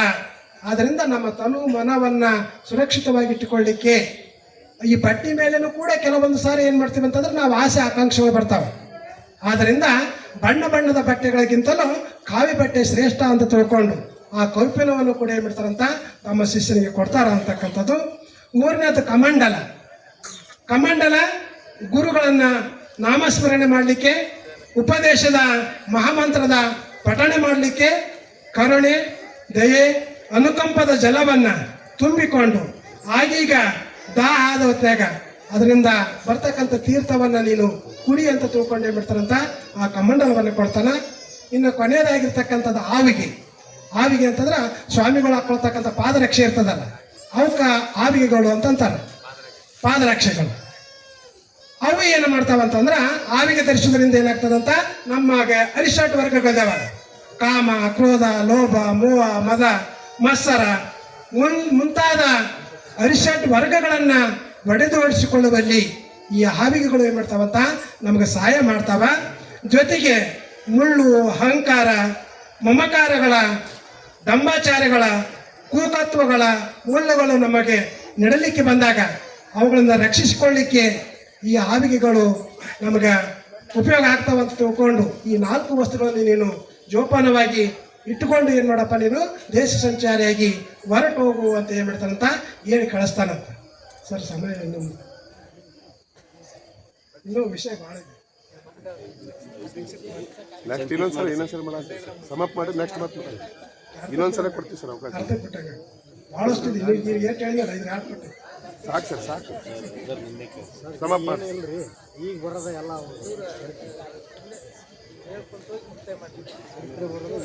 ಎಲ್ಲ ವಸ್ತುಗಳನ್ನು ಪಡೆದುಕೊಂಡು ಸೀದಾ ಖರ್ಚಿಗೆ ಅಂತಕ್ಕಂಥ ಗ್ರಾಮಕ್ಕೆ ಬರ್ತಾರ.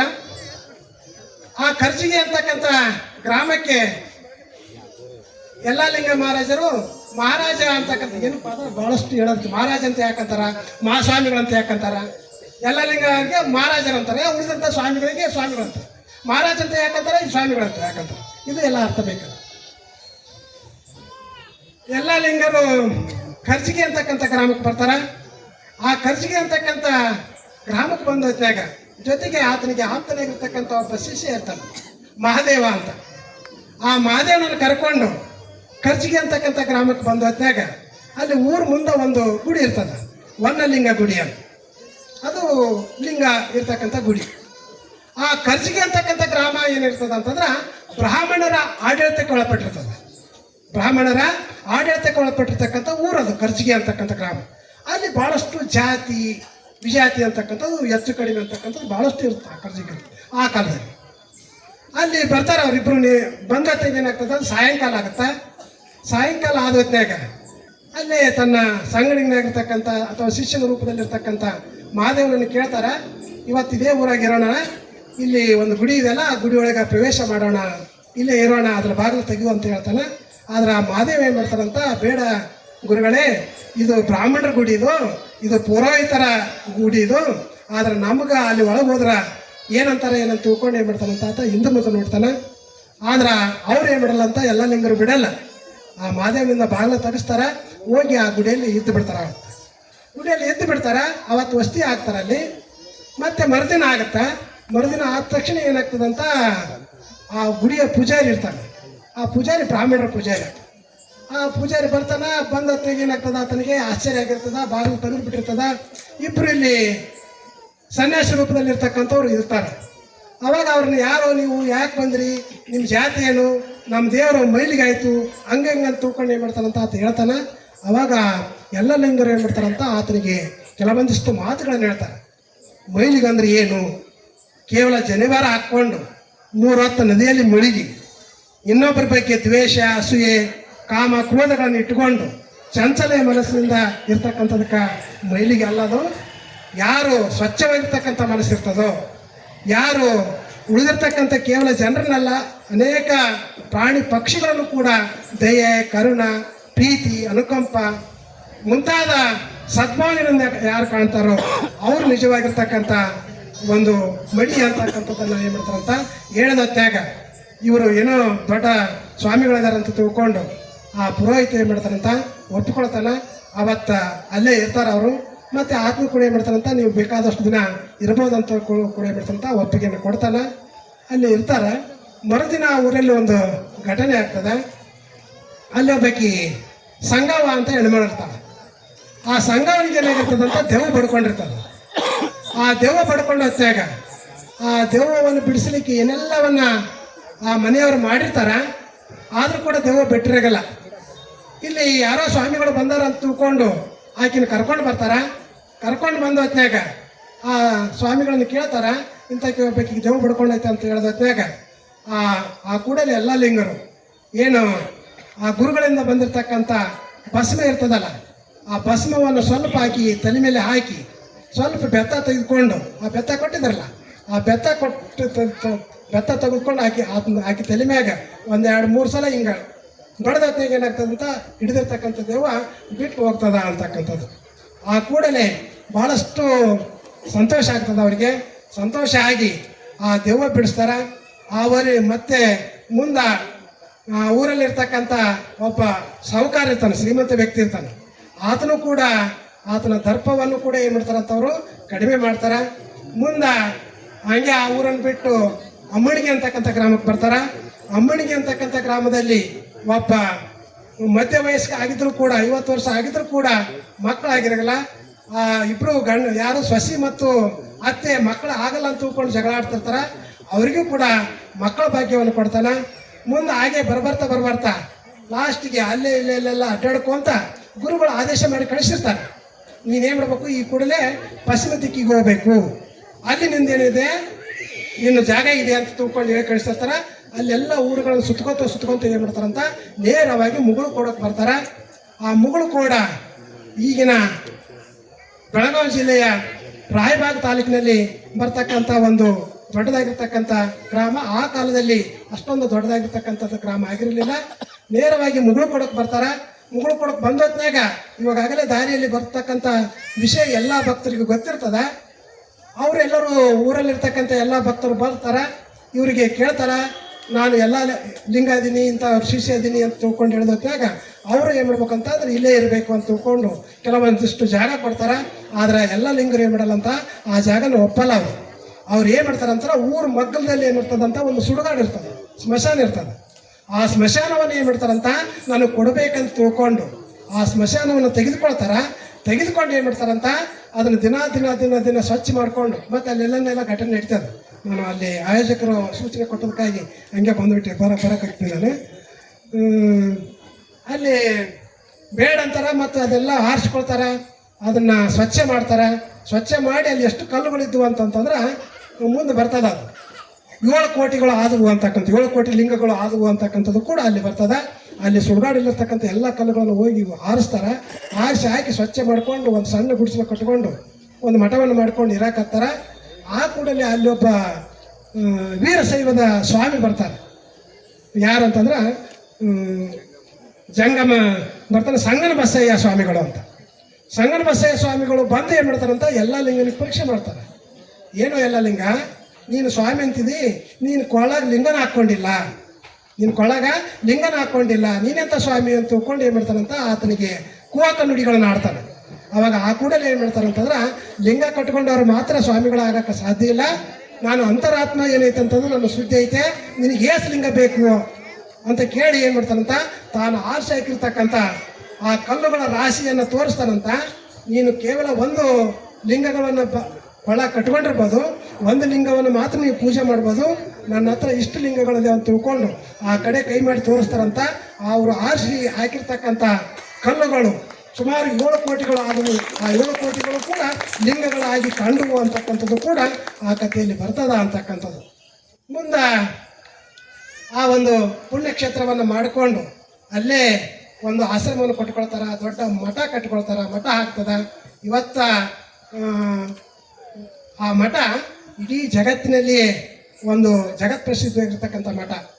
ಆ ಮಠದ ಆ ನಂತರದಲ್ಲಿ ಹೇಳ್ತಕ್ಕಂಥದ್ದು ಕೂಡ 2 ದಿನ ಆಗ್ತದೆ. ಅಷ್ಟು ಒಂದು ವಿಷಯ ದೊಡ್ಡದಾಗಿರ್ತಕ್ಕಂಥದ್ದು ಇದೆ. ಆ ಒಂದು ದೊಡ್ಡ ಮಠ ಆಗ್ತದೆ.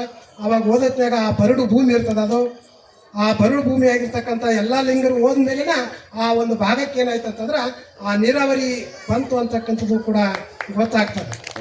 ಮತ್ತು ಮುಂದೆ ಈ ರೀತಿಯಾಗಿರುವಾಗ ಅಲ್ಲಿ ಹೋಗ್ತಾರ. ಮುಂದೆ ಕೋಳಿಗುಡ್ಡ ಅಂತಕ್ಕಂಥದ್ದು ಒಂದು ಊರಿಗೆ ಹೋಗ್ತಾರೆ. ಆ ಕೋಳಿಗುಡ್ಡದಲ್ಲಿ ಬರಡು ಹಸುವಿಗೆ ಗೊಡ್ಡು ಆಕಳಿಗೆ ಏನು ಮಾಡ್ತಾರಂತ ಹಾಲನ್ನು ಕೂಡ ಕರಿತಕ್ಕಂಥ ಒಂದು ಲೀಲೆಯನ್ನು ಕೂಡ ಇವರಲ್ಲಿ ಕಾಣ್ತೀವಿ ನಾವು. ನೆಕ್ಸ್ಟ್ ಮುಂದೆ ಒಂದು ಮುಖ್ಯವಾಗಿರ್ತಕ್ಕಂಥ ಒಂದು ಸುಲೇಮಾನ್ ಅಂತಕ್ಕಂಥ ವ್ಯಕ್ತಿ, ಮುಸ್ಲಿಮ್ ವ್ಯಕ್ತಿ. ಆ ಸುಲೇಮಾನ್ ಏನು ಮಾಡ್ತಾರಂತ ಬಡವಿರ್ತಾನ, ಒಂದು ಗ್ಯಾರೇಜ್ ನಡೆಸ್ತಾನ. ಆ ಗ್ಯಾರೇಜ್ ನಡೆಸ್ತಕ್ಕಂಥ ಸಮಯದಲ್ಲಿ ಕೂಡ ಏನು ಮಾಡ್ತಾರಂತ ಒಂದು ಕಾರ್ ಇರ್ತಾರೆ. ಆ ಕಾರ್ ಏನು ಮಾಡ್ತದಂತ ಕಳೆದೋಗಿರುತ್ತೆ. ಆ ಕಳೆದೋಗಿರ್ತಕ್ಕಂಥ ಕಾರನ್ನು ಕೂಡ ಈ ಎಲ್ಲ ಲಿಂಗರ ಭಕ್ತನಾಗಿರ್ತಕ್ಕಂಥ ಆ ಸುಲೇಮಾನ್ ಆ ಗುರುಗಳ ಉಪದೇಶವನ್ನು ಪಡೆದುಕೊಂಡು 3 ದಿನದಲ್ಲಿ ಏನು ಮಾಡ್ತಾರಂತ ಕದ್ದಿರ್ತಕ್ಕಂಥ ಕಳ್ಳ ಆ ಕಾರನ್ನು ತೆಗೆದುಕೊಂಡು ಬಂದು ಮತ್ತೆ ಆ ಸುಲೇಮಾನಿಗೆ ಕೊಡ್ತಕ್ಕಂಥದ್ದು ಒಂದು ಲೀಲೆ ಬರ್ತದೆ. ಮುಂದೆ ಕೋಳಿಗುಡ್ಡದಲ್ಲಿ ಒಂದು ಆಕಳನ್ನು ಹಿಂಡ್ತಕ್ಕಂಥದ್ದು ಲೀಲೆ ಬರ್ತದೆ. ಮತ್ತು ನವಲಗುಂದ ಮತ್ತು ನರಗುಂದ ಅಂತಕ್ಕಂಥ ಊರಿನಲ್ಲಿ ಬರಗಾಲ ಬಿದ್ದಿರ್ತಾರೆ, ಮಳೆನ ಬಂದಿರಲ್ಲ. ಇವರು ಹಂಗೆ ಹೋಗಿರ್ತಾರೆ, ಅಲ್ಲಿ ಮಳೆಯನ್ನು ಬರೆಸ್ತಾರೆ. ಒಂದು ಬಾವಿಯಲ್ಲಿ ಬಿದ್ದು ಮಗು ಸತ್ತು ಹೋಗಿರ್ತದೆ, ಆ ಮಗುವನ್ನು ಬದುಕಿಸ್ತಾರೆ. ಮತ್ತು ಬೀದರದ ವಯಸ್ಸಾಗಿರ್ತಕ್ಕಂಥ 2 ದಂಪತಿಗಳು ಇರ್ತಾರೆ. ಆ ವಯಸ್ಸಾಗಿರ್ತಕ್ಕಂಥ 2 ದಂಪತಿಗಳಿಗೆ ಮಕ್ಕಳ ಭಾಗ್ಯವನ್ನು ಕೊಡ್ತಾನೆ. ಈ ರೀತಿಯಾಗಿರ್ತಕ್ಕಂಥ ಒಂದಲ್ಲ ಎರಡಲ್ಲ ನೂರಾರು ಸಾವಿರಾರು ಲೀಲೆಗಳನ್ನು ಮಾಡಿರ್ತಕ್ಕಂಥ ಮಹಾತ್ಮರು, ಜಗದ್ಗುರು ಯಾರು ಎಲ್ಲ ಲಿಂಗರು ಆಗ್ಯಾರ ಅಂತಕ್ಕಂಥದ್ದನ್ನು ಹೇಳುತ್ತಾ ಇನ್ನೂ ಅನೇಕ ವಿಷಯಗಳು ಸ್ವಲ್ಪ ನಾನು ಹೇಳೀನಿ. ಇನ್ನೂ 2 ಪಟ್ಟು ಆಗ್ತಕ್ಕಂಥ ಇನ್ನೊಂದು ದಿನವೂ ಕೂಡ ಆಗ್ತಕ್ಕಂಥ ವಿಷಯ ಈ ಮಹಾತ್ಮರದಾಗಿದೆ ಅಂತ ಇರ್ತಕ್ಕಂಥ ಸಮಯದಲ್ಲಿ ನನಗೆ ಗೊತ್ತಿರ್ತಕ್ಕಂಥ ಕೆಲವೊಂದಿಷ್ಟು ವಿಷಯಗಳನ್ನು ನಿಮ್ಮ ಜೊತೆಗೆ ಹಂಚಿಕೊಳ್ಳಿಕ್ಕೆ ಅವಕಾಶ ಮಾಡಿಕೊಟ್ಟಿರ್ತಕ್ಕಂಥ ಮತ್ತೊಮ್ಮೆ ಈ ಕನಕಾಮೃತ ಕಾರ್ಯಕ್ರಮದ ಎಲ್ಲ ಆಯೋಜಕರಿಗೂ ಮತ್ತು ವಿಶೇಷವಾಗಿ ನಾನು ಹೇಳಬೇಕು, ನನ್ನ ಶಿಷ್ಯರಾಗಿರ್ತಕ್ಕಂಥ ಮಲ್ಲಮ್ಮ ಎಷ್ಟು ಖುಷಿಯಾಗೈತೆ ನನಗೂ ಅಷ್ಟೇ ಖುಷಿಯಾಗೈತೆ. ಇವತ್ತು ಮತ್ತೊಮ್ಮೆ ನಾನು ಆ ಶಿಷ್ಯರೊಂದಿಗೆ ನನ್ನ ಗುಣಗಾನ ಮಾಡ್ತಕ್ಕಂಥದ್ದನ್ನು ನಾನು ಕೇಳಿಸ್ಕೊಂಡೆ. ಜೊತೆಗೆ ನನ್ನ ಸಹೋದರ ಸಮನಾಗಿರ್ತಕ್ಕಂಥ ಶ್ರೀಮಾನ್ ಹನುಮಂತಪ್ಪ ನಾಯ್ಕವಾಡಿ ಮತ್ತು ನಾವು ಸುಮಾರು 25 ವರ್ಷದಿಂದ ಪರಿಚಯ. ಲಿಂಗಸೂರಲ್ಲಿ ಭಾಳಷ್ಟು ಜನರು ನನಗೆ ಪರಿಚಯ ಆಗಿದ್ರೆ ಇಲ್ಲ, ಮೊದಲ ಬಾರಿಗೆ ಪರಿಚಯ ಆಗಿರ್ತಕ್ಕಂಥ ಸಹೋದರ ಸಮನಾಗಿರ್ತಕ್ಕಂಥ ಶ್ರೀ ಹನುಮಂತಪ್ಪ ನಾಯ್ಕವಾಡಿ ಸರ್ ನನಗೆ ಅನೇಕ ರೀತಿಯಾಗಿರ್ತಕ್ಕಂಥ ಸಹಾಯ ಸಹಕಾರವನ್ನು ನೀಡ್ಯಾರ. ಅಂಥ ವ್ಯಕ್ತಿ ಜೊತೆಗೆ ಅಂಥವ್ರ ಮನೆಯಲ್ಲಿ ನನ್ನ ಕೆಲವೊಂದಿಷ್ಟು ತೊದಲು ನುಡಿಗಳನ್ನು ಮಾತಾಡಲಿಕ್ಕೆ ಅವಕಾಶ ಮಾಡಿಕೊಡ್ತಕ್ಕಂಥ ಅವರಿಗೂ ಕೂಡ ಧನ್ಯವಾದಗಳನ್ನು ಸಲ್ಲಿಸಿ, ಮತ್ತು ಜೊತೆಗೆ ಇಂಥ ಮಹಾತ್ಮರ ಚರಿತ್ರೆಗಳನ್ನು ಮತ್ತು ಒಳ್ಳೆಯ ನುಡಿಗಳನ್ನು ನಮ್ಮ ಕಿವಿಯಲ್ಲಿ ಹಾಕಿಕೊಳ್ಳೋಣ, ನಾವು ಕೂಡ ಪುನೀತರಾಗೋಣ. ಇಂಥ ಅನೇಕ ವಿಷಯಗಳು ನಮ್ಮ ಜೀವನದಲ್ಲಿ ಅಳವಡಿಸ್ಕೊಳ್ಳೋಣ ಅಂತ ಹೇಳುತ್ತಾ, ನಾನು ಮಾತಾಡ್ತಕ್ಕಂಥ ಮಾತಿನಲ್ಲಿ ಏನಾದರೂ ತಪ್ಪುಗಳು ಇದ್ದರೆ ಅದಕ್ಕೆ ಮನ್ನಿಸಿ ಕ್ಷಮಿಸಬೇಕು ಅಂತ ಎಲ್ಲರಲ್ಲಿ ಕೂಡ ಕೇಳಿಕೊಳ್ಳುತ್ತಾ, ಮತ್ತೊಮ್ಮೆ ನನ್ನ ಮಾತುಗಳನ್ನು ಎಲ್ಲ ಲಿಂಗರ ಪಾದಕ್ಕೆ ಸಮರ್ಪಿಸಿ ನನ್ನ ಮಾತುಗಳನ್ನು ಮುಗಿಸ್ತೇನೆ. ಎಲ್ಲರಿಗೂ ನಮಸ್ಕಾರ.